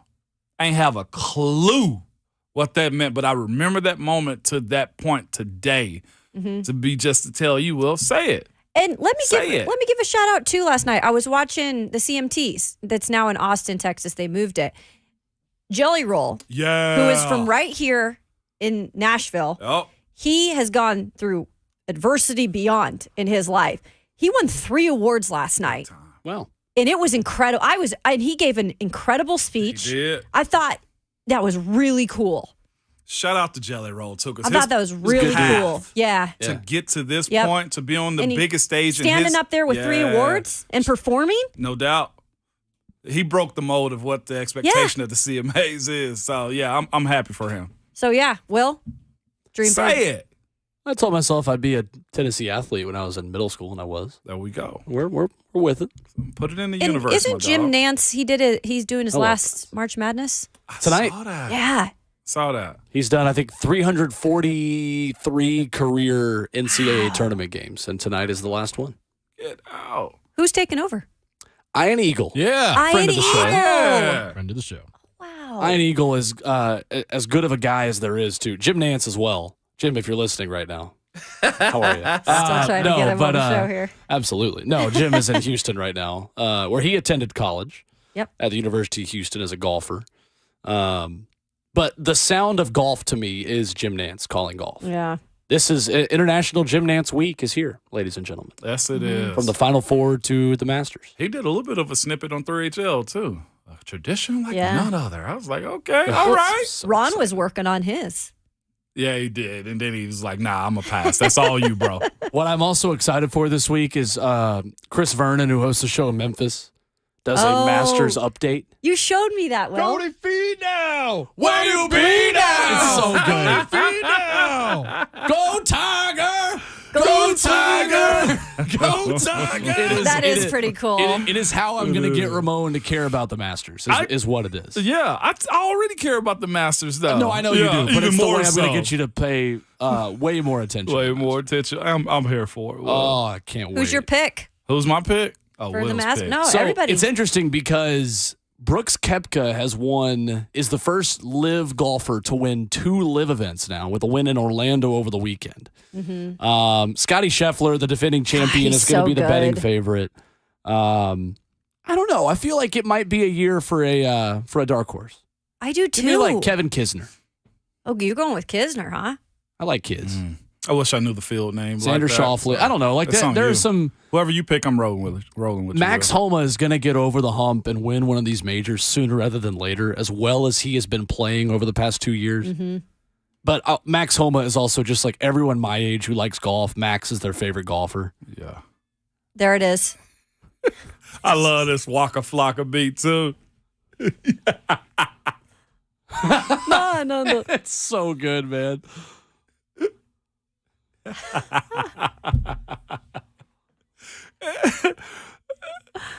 Oh, it's so good. That's pretty good. And respect to, this is it. Guess what's going on in Augusta? So, hey, respect to Chris Vernon, man. A tip of the cap. You talk about a guy that hosts a radio show that is like the voice of a city. Mm-hmm. Nothing happens in Memphis without Chris Vernon knowing it. Respect to that The guy. He does a Masters good update job. is one of the best gimmicks in sports talk radio. It is absolutely one of the best gimmicks. Because then you in have sports talk people radio. dressed up in costumes behind him dancing. and Right? it's So good. He's got a puppet on one of his hands. It's fantastic. With gold chains on, too. Oh, wasn't it? It was yeah. awesome. Oh, yeah. So good. Do we get to do a Masters update? We will absolutely be Okay. doing Masters updates on Yes, this show. well, I'm here for it, Will. I'm gonna Love it. do Well, it Will, in as quiet of a you hushed won't be tone here. as possible. Yeah, I won't be here for the Oh, day of that's Masters. right. So I true. can do I'll be the gone Masters Thursday and update. Friday. You got it, KK? Yeah. We'll make it happen. Should the I way- call in and do one at some you point could. Thursday morning? Do you know who's hosting Yeah. the show Friday? KK. Kayla Anderson. Yeah. Not Kyla. Hey. Love that. Kayla. It might be Yeah. a Kyla introduction, though.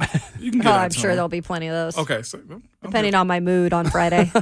that's about right. Excuse me? Welcome. Right? I I'm going to feel you. sit over here, though, Will. That's fine. You know? Well, you got the same power as Will does over there, too. Yeah, everything that Will has over there, you Because you have a over phone there, over by so, you, yeah, too. can do But it, I have yeah. trinkets. I'm just going to show you On how my to use side. the phone. We Trinkets. can burn that y'all. Auburn one. Buckwood Sorry, eyes. Travis. No, Travis Sorry, I is know. Auburn. Travis my dog, but I got to at least choose violence. I just he don't have a microphone. This reminds me of my bedroom when I was like 10 years old. Oh, lovely. Because I had a lot of trinkets. Did you? Sitting everywhere. I used to decorate my bedroom. So are you now anti-trinket? Yeah.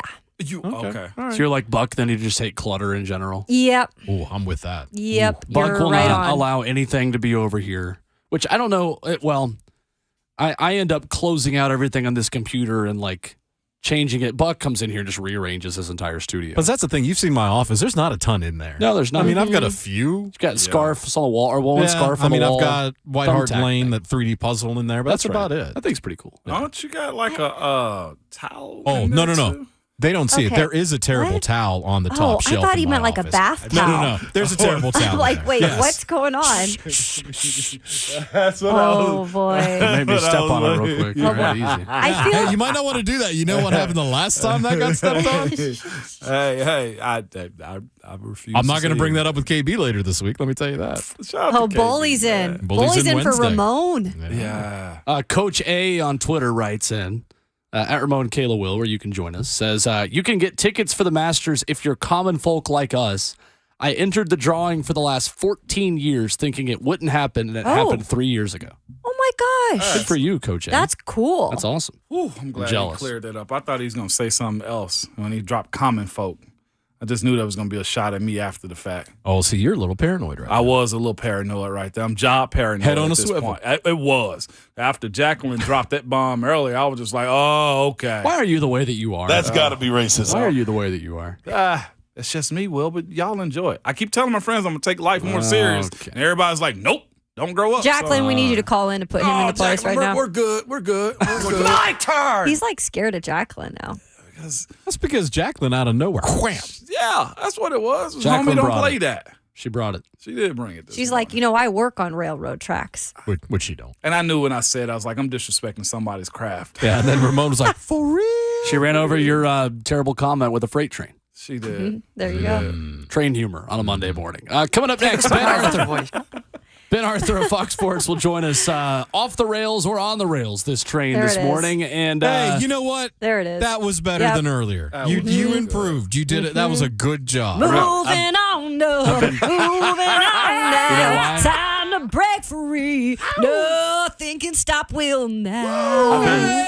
I've been training to make a better joke. All right. Coming up, Ben Arthur of Fox Sports will join us.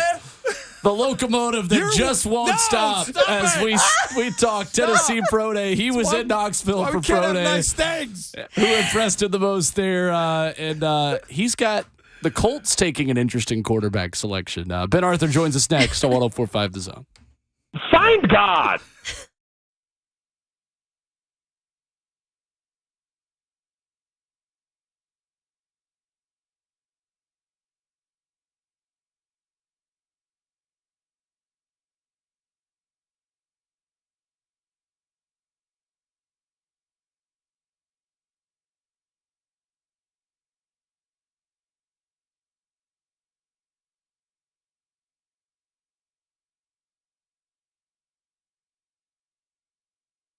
It's Ramon and Kayla for Old School Vapor. And Kayla, you know, as a former professional athlete, I know you get busy too. Yep. You work out, yoga, working out, crushing in the gym. You have aches and pains, though, that I'm sure you deal with. But I've discovered, and you have too, Old School Vapor. They're easily the most knowledgeable when it comes to helping us get some relief, Kayla. I love it because as soon as you walk in, there's somebody there. They're going to greet you. They're going to guide you in the right directions. Maybe you're in there for the first time, right? You don't know exactly what to get. And they have choices all the time for your fur babies. They might have separation anxiety. They might struggle with things in terms of the weather that happens here all the time. And Ramon, you know what? They also have a lot of elf bars. The selection is endless. It is endless. Over 100 authentic flavors, Kayla. You can check out everything like buy one, get one free for Esco bars, 25% off glass pipes, and many, many more. Go shop Old School Vapor selection of over 200 legal CBD products from brands like Loop, Torch, Hidden Hills, and more. So you're wondering, where can you go? where are the locations? Easy to find. Just Google them, Old School Vapor. You can also look at Instagram for their nearest location. And no doubt, and they have locations in Franklin, both ends of Spring Hill and Columbia. That's Old School Vapor. And these products contain nicotine, which is an addictive chemical, and you must be 21 years or older to purchase, and no sales to minors.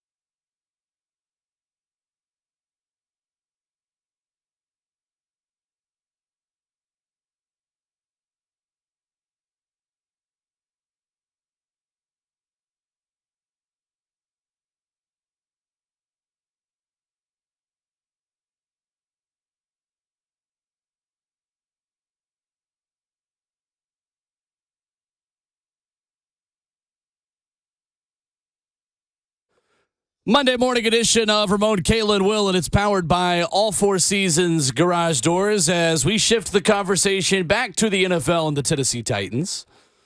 Tennessee Pro Day as well last week. And joining us this morning on the Mark Spain Real Estate Hotline, one of our good friends, Ben Arthur from Fox Sports, who was in Knoxville for University of Tennessee Pro Day. We'll talk all the AFC South headlines with him. What's going on, Ben? Good morning.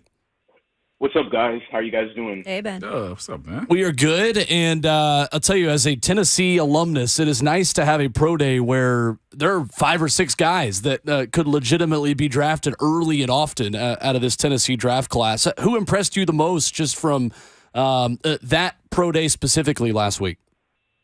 Yeah, I mean, I think with pro days, right, you always have to kind of take it with a little bit of a grain of salt because, I mean, pro days are designed to make the school's prospects look good, like in their environment, and it's routes on air, and it's not obviously there's no contact or things like that. But I thought all the guys that Tennessee had out there looked pretty good, and then from the interview portion, you can tell they're high character individuals, and as you said, I mean, UT has a lot of guys who are going to get drafted highly. I mean, probably 4 or 5 guys that could go in the top 100 when you think of Hendon Hooker, Jalen Hyatt, Darnell Wright, Cedric Tillman.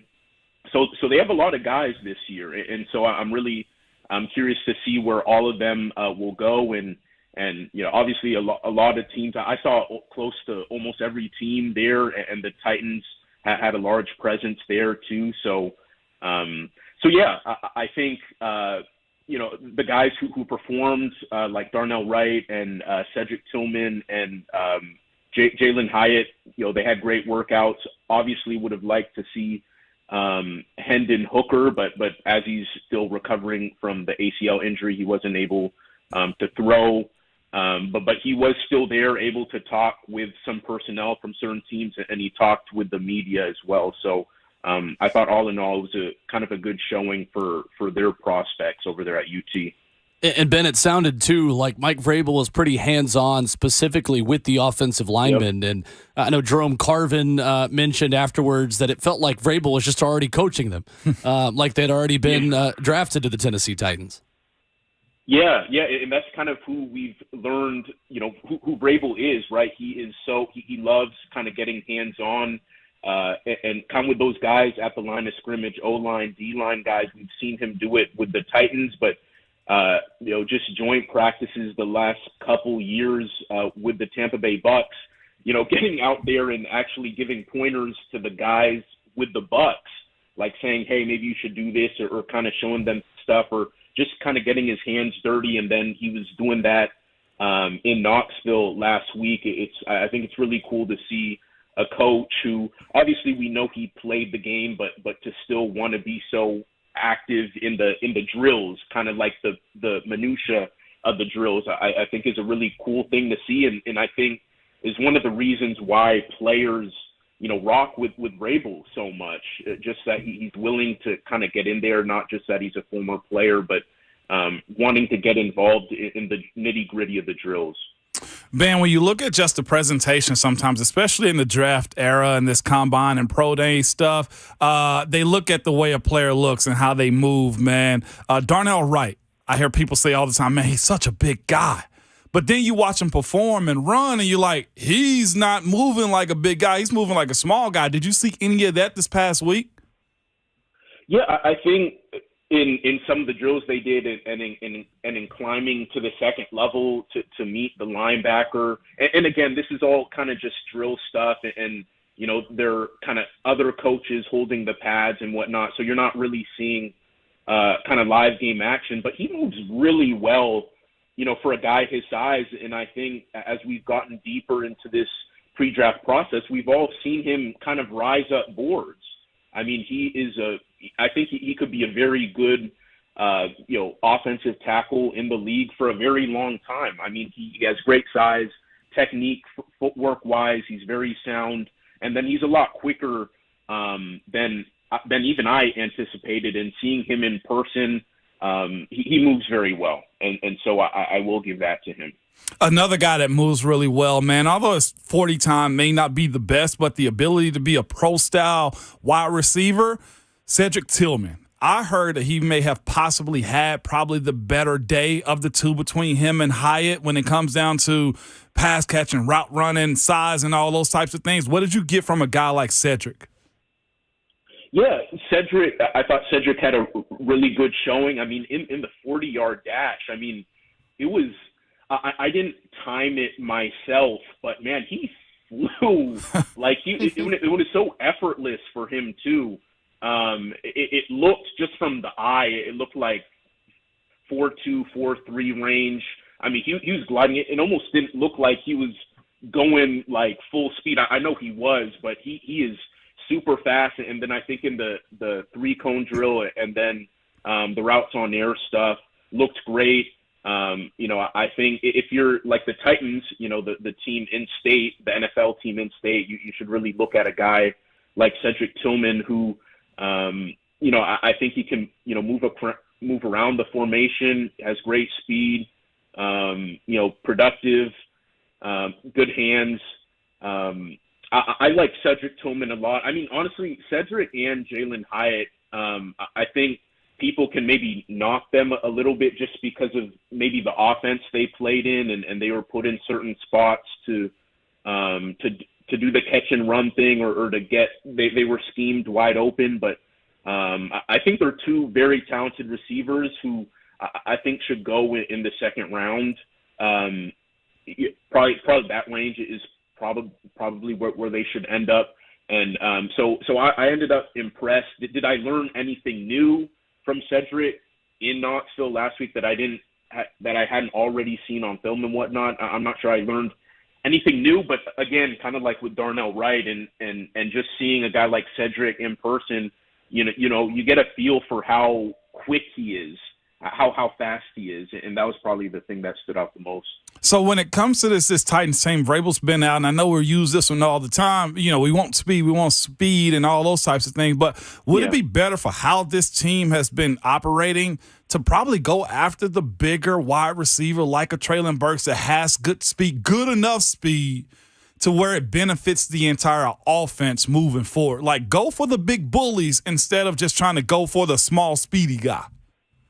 Yeah, and I think Vrabel has kind of talked about that too. Like, I think if you can get both, right? Yeah. Like, that's obviously the idea, when you could get a big guy who's also very fast. And I think there are, a few guys in this draft who have really good speed for the receiver position, but who are 4.3, 4.4 guys, low 4.4 guys. So, but yeah, it's a balance. And I think at each point in the draft, depending on where the Titans target a receiver, it's going to be a give and take, right? Like in the later rounds, in the mid to later rounds, you're probably looking at a guy who's fast but is probably going to be smaller. Like in the early rounds, you have a better chance of getting that bigger physical receiver that maybe has fit the Titans' profile, but also maybe has the speed that Vrabel and the Titans have kind of said that they wanted. So it kind of depends on where the Titans,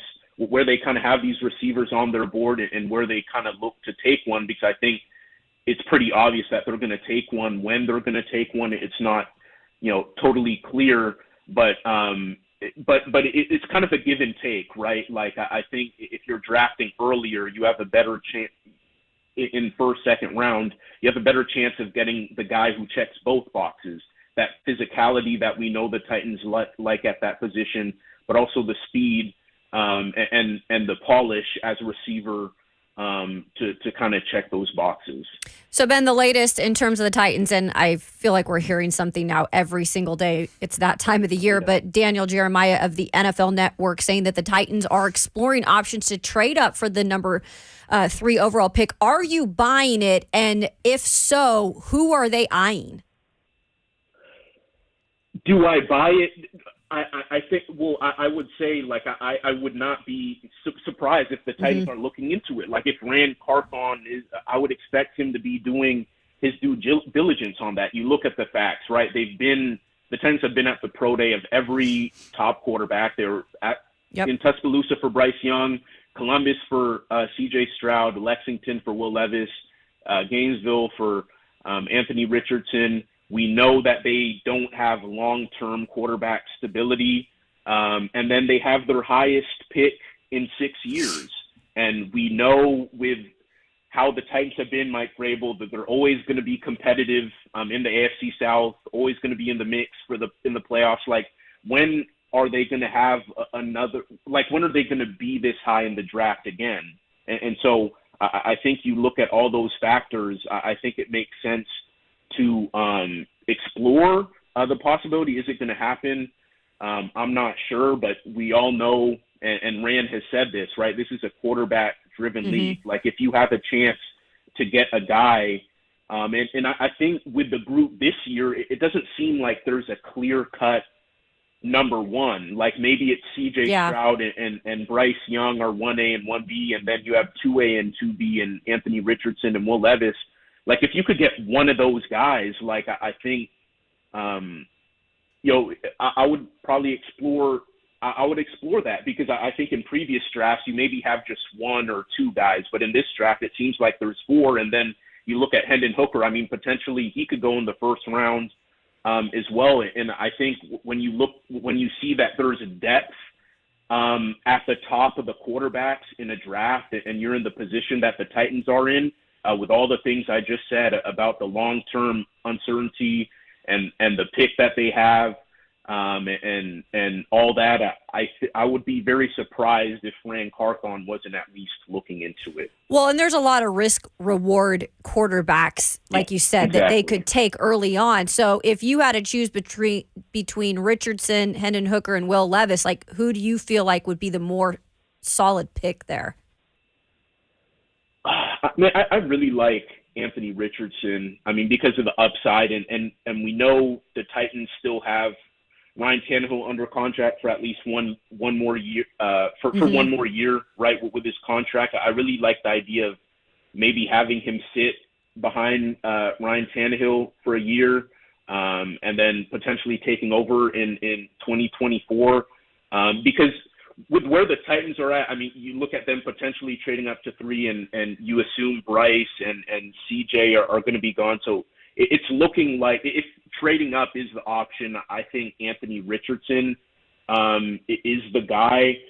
Hendon Hooker, I really like him, but you look at the age, you look at the ACL thing, and the Titans have been burned by guys with injuries, right? Like, you think of Bud Dupree's situation, Julio Jones, Robert Woods didn't exactly pan out as people with the Titans had anticipated, and so I think there could be hesitancy with Hendon Hooker, although I do think there could be some interest there.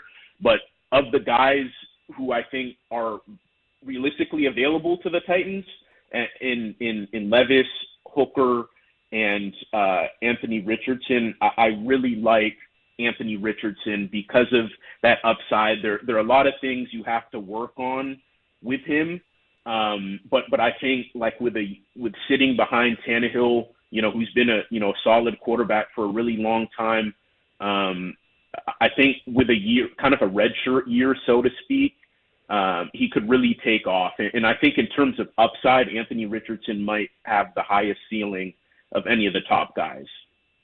Ben, it's interesting with Indianapolis, and more reports of teams moving up to 3 could just be to get Indianapolis to maybe pay more of a premium price to move up one slot and have a more clear selection at who they want at quarterback. I know you wrote about the opportunity for them to go get Hendon Hooker themselves. Where do you feel like Hendon may fit with them, and some of the reports that Indianapolis maybe moves back to take him in the first round? Yeah, kind of to what you were saying about what I wrote. I mean, with the Colts situation, they lack control. Like, they don't have any control. It's a very dangerous situation to be in, especially when you're a team as desperate for a franchise quarterback as the Colts are. We know the first and second pick are going to be quarterbacks, and then if you're number 4 and having to trade up to number 3, you're already giving up to just out of the fear of someone else trying to trade with the Cardinals. I think with the Colts situation, it may be that, and again, they could stay put, they could take a Will Levis or Anthony Richardson, whatever. But I think it's really worth considering how they might need to trade back, or why it might be the best case scenario for them to do so, to not only get that capital, but you can still get a guy who's a really, really solid quarterback in Hendon Hooker. And I think with the Colts situation, they have a really viable bridge kind of veteran guy in Gardner Minshew, who already knows Shane Steichen's offense, right? He was with Shane Steichen for 2 years in Philly. He knows his playbook. He knows the terminology. And so it's an ideal situation for Hendon Hooker to potentially come in as he gets right health-wise and kind of gets back into the groove of things. You have someone in Gardner Minshew who could hold the fort, for a short period of time, and then kind of hand the reins to Hendon Hooker. And so I think trading back with the Colts, you almost have the most you have kind of the best case scenario if you're kind of that organization, because being where they're at 4 and potentially three quarterbacks getting taken ahead of you, or with the Cardinals potentially trading out of that spot, and then the risk of or just what you have to give up to just jump up to 3 to make sure the Titans or whatever other team doesn't jump in front of you. I think trading back makes a lot of sense for that team. Ben Arthur has been our guest this morning on Ramon, Kayla, and Will, covering the AFC South for Fox Sports. Always good stuff, Ben. Thanks so much.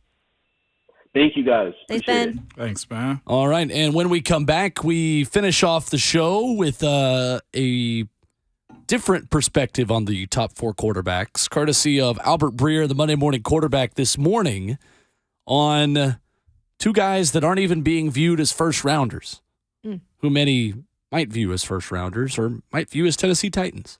That's next as we wrap up the Monday morning edition of Ramon, Kayla, and Will, 104.5 The Zone.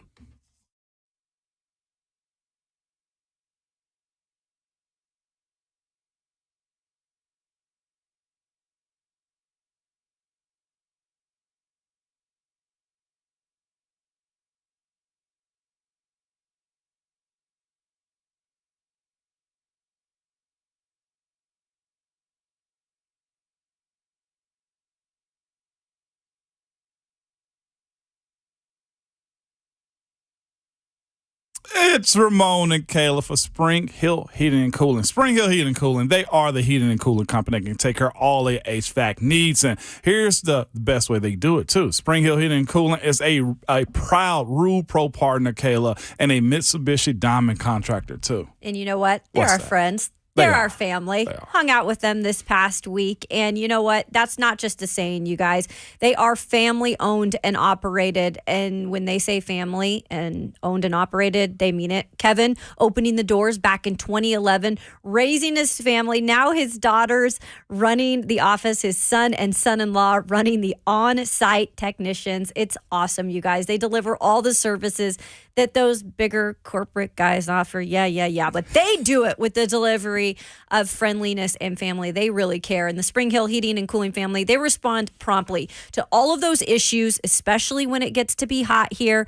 They get the problems resolved quickly and accurately. No doubt about it. And spring is here. And if you haven't already booked your spring tune-up for your AC unit, now is the time. Through the month of April. Yes, April. Get your AC tune-up for just $79 and get the fall tune-up for free. Just one of the many specials they have going on. They will take care of all your HVAC needs, as we said earlier. Visit their website at springhillac.com and be sure to tell them that Ramon and Kayla sent you. Check them out.